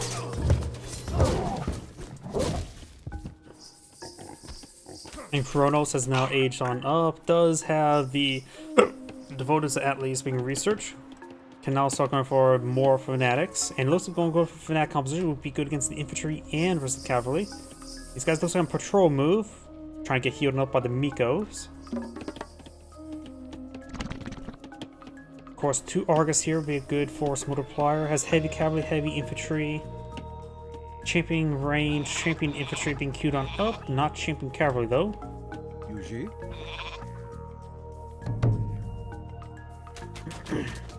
We may see implosion here. Continues push way forward. We got some Bushis here to engage the Argus. Center back line, Argus push forward. Argus do spill their acid on the ground. Getting good number of damage from some of the Yumi archers. Whirlwind Weasels are starting to get overwhelmed as well. Number of souls will be sent back to the shrine.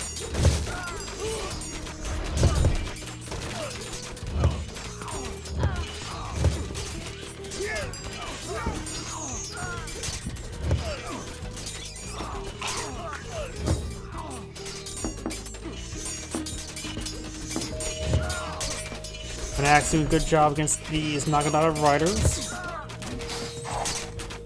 Go close.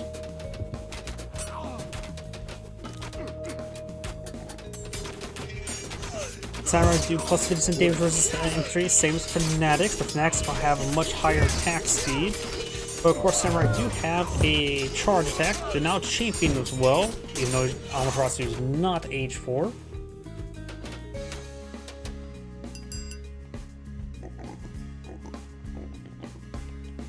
Got some more Yumi archers, more Bushis, and more Naginata riders being put on the field. Looks like Kronos did cancel some of the destroyers.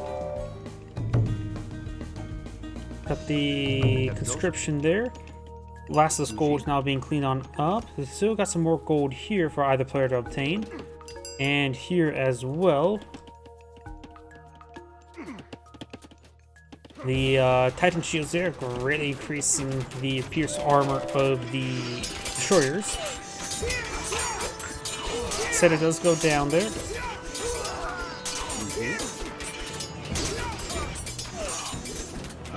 Citizens backing on off. Looks like almost all of those are heroic citizens. Yeah, it looks like all of them heroic citizens. And they're getting a little bit tied up. The down trees cause some mobilities issue. None of those citizens are starting to go down there.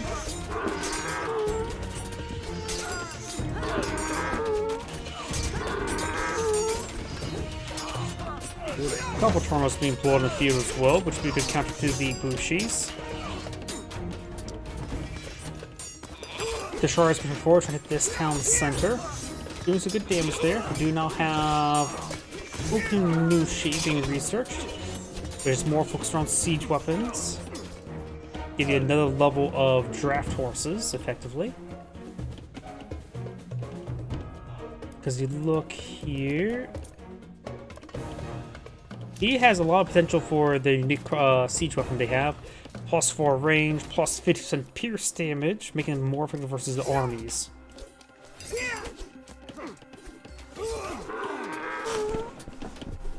And giving them plus 4 range, combined with the draft horses, I think the range get up to like 30, something ridiculous.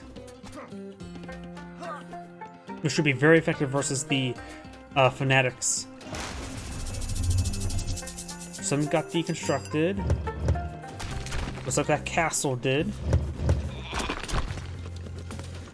Destroyers are destroying the siege weapons. These guys would be a good option against those improved crossbow with the high pierce armor. Fanatics will not. Fanatics have low pierce armor.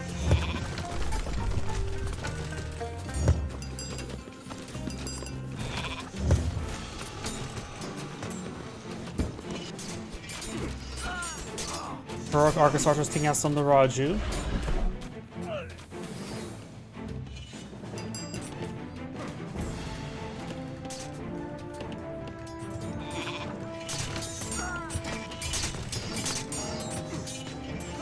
And there's a jump for Amaterasu. And going for the Sacred Gate, getting a free charge, does go for another one of these, which is, does increase the Mythos you get recovered. It's just more the fact that you get another queue of them going, I believe. I believe it splits the queue, which is very nice if you get a large number of Mythos cycled through there. Going for a large number of these Automokrus. And going for the very unique siege ups there.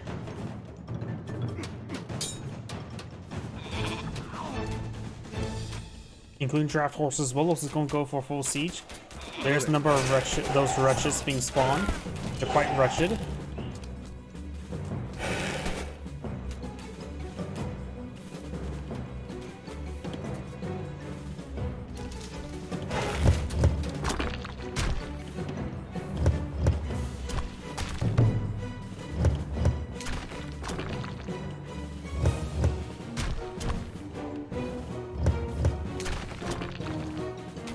Max March push by force and Argus Archers. There's another Thunder's Burst, a free charge of it. Just save up more favor for that, and you'll get more charges for all the God Powers. One more burst.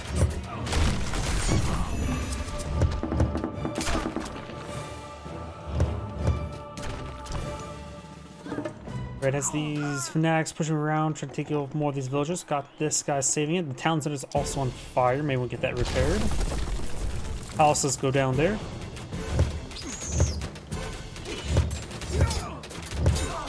Fanatics and destroyers push right forward. Looks like these guys starting to retarget. It's a good damage on the fanatics, who has 38 range armor.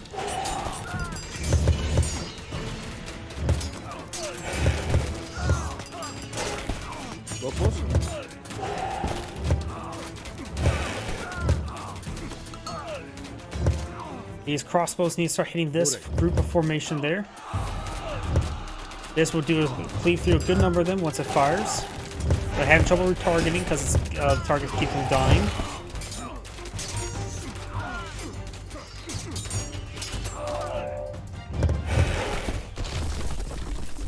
Fortress does go down there.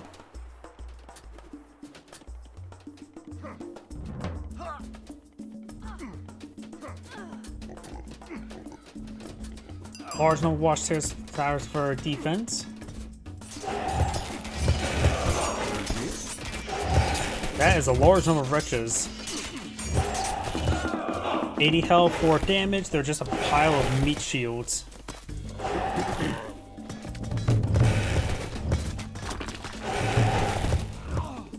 They don't last very long.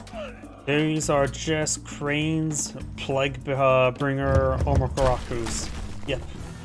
Plague Cranes.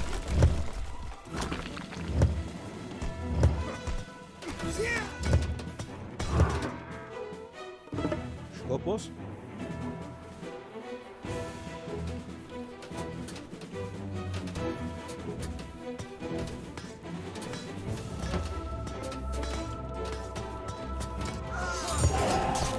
More destroyers, among other things, push way forward. Of course, as these start going down, they will get replaced, which is very nice. Towns that are there does go down, and if these structures get captured, this can cause issues, but a lot of structures nearby. Argus Archers firing away. A number of these fanatics starting to go on down to these crossbowmen, but they're not in large numbers yet. Looks like they large got shot down. I don't see all the souls are going back over here. Oh, looks like the souls are still depositing, looks like.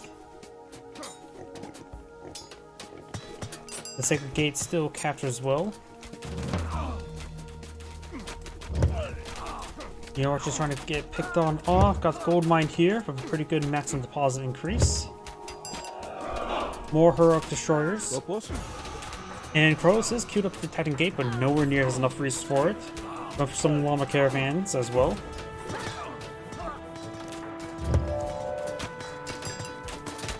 New Archer's not going to do much versus these destroyers. They have 91% range resist.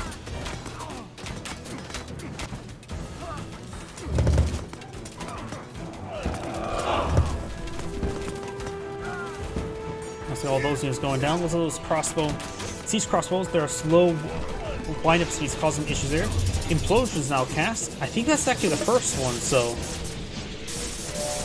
Those missed the villagers over there. But those got a good number of villagers here. How many can go down? I see 60. They must disintegrate immediately. Rather than they stay alive till it explodes.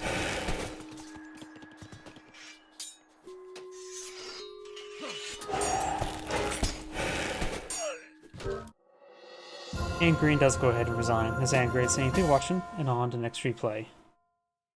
As mentioned beforehand, that shall be my last replay tonight, so everyone